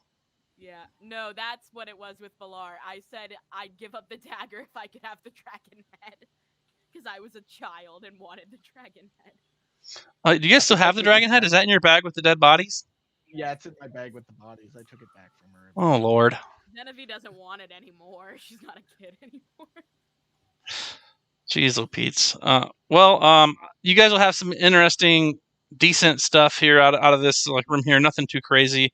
And we'll pick up the pieces of what just happened to the political empire of the Renard family after we figure out what happened with the mind flare, whether it gets away or you guys are able to stop it here, or if it's another thing where you guys fail and only do 2/3 of the job, like with the necromancer. What? As of now, he could come back for us. Oh, the necromancer? Yeah, no, you guys could still go finish him off. He's still got one phylactery left, so it's all a matter of time. We still have also a dead body that has to be returned back to the big city, where folks are wanted, and then even more. Yeah, Lady von Schurgen's handmaiden. Yep. We have 2 dead bodies. We just only know what to do with one of them. So no, technically the other one belongs with the guy I fried on the floor. Yeah, maybe we'll just leave Gladys's body here. They can just set Gladys down, say your prayers, We could always take Morticia with us and give her a proper burial. I mean, I do have to go now, though. No big deal. I think we're going to sign off anyway, guys. Thank you, everybody, once again for watching. Don't forget to like, follow, subscribe, do all the things. And all of y'all, think about what you want to do with the people that we've now got dead or that we've interacted with. And think about that for next week so that you can come with ideas of what you guys want to do, okay?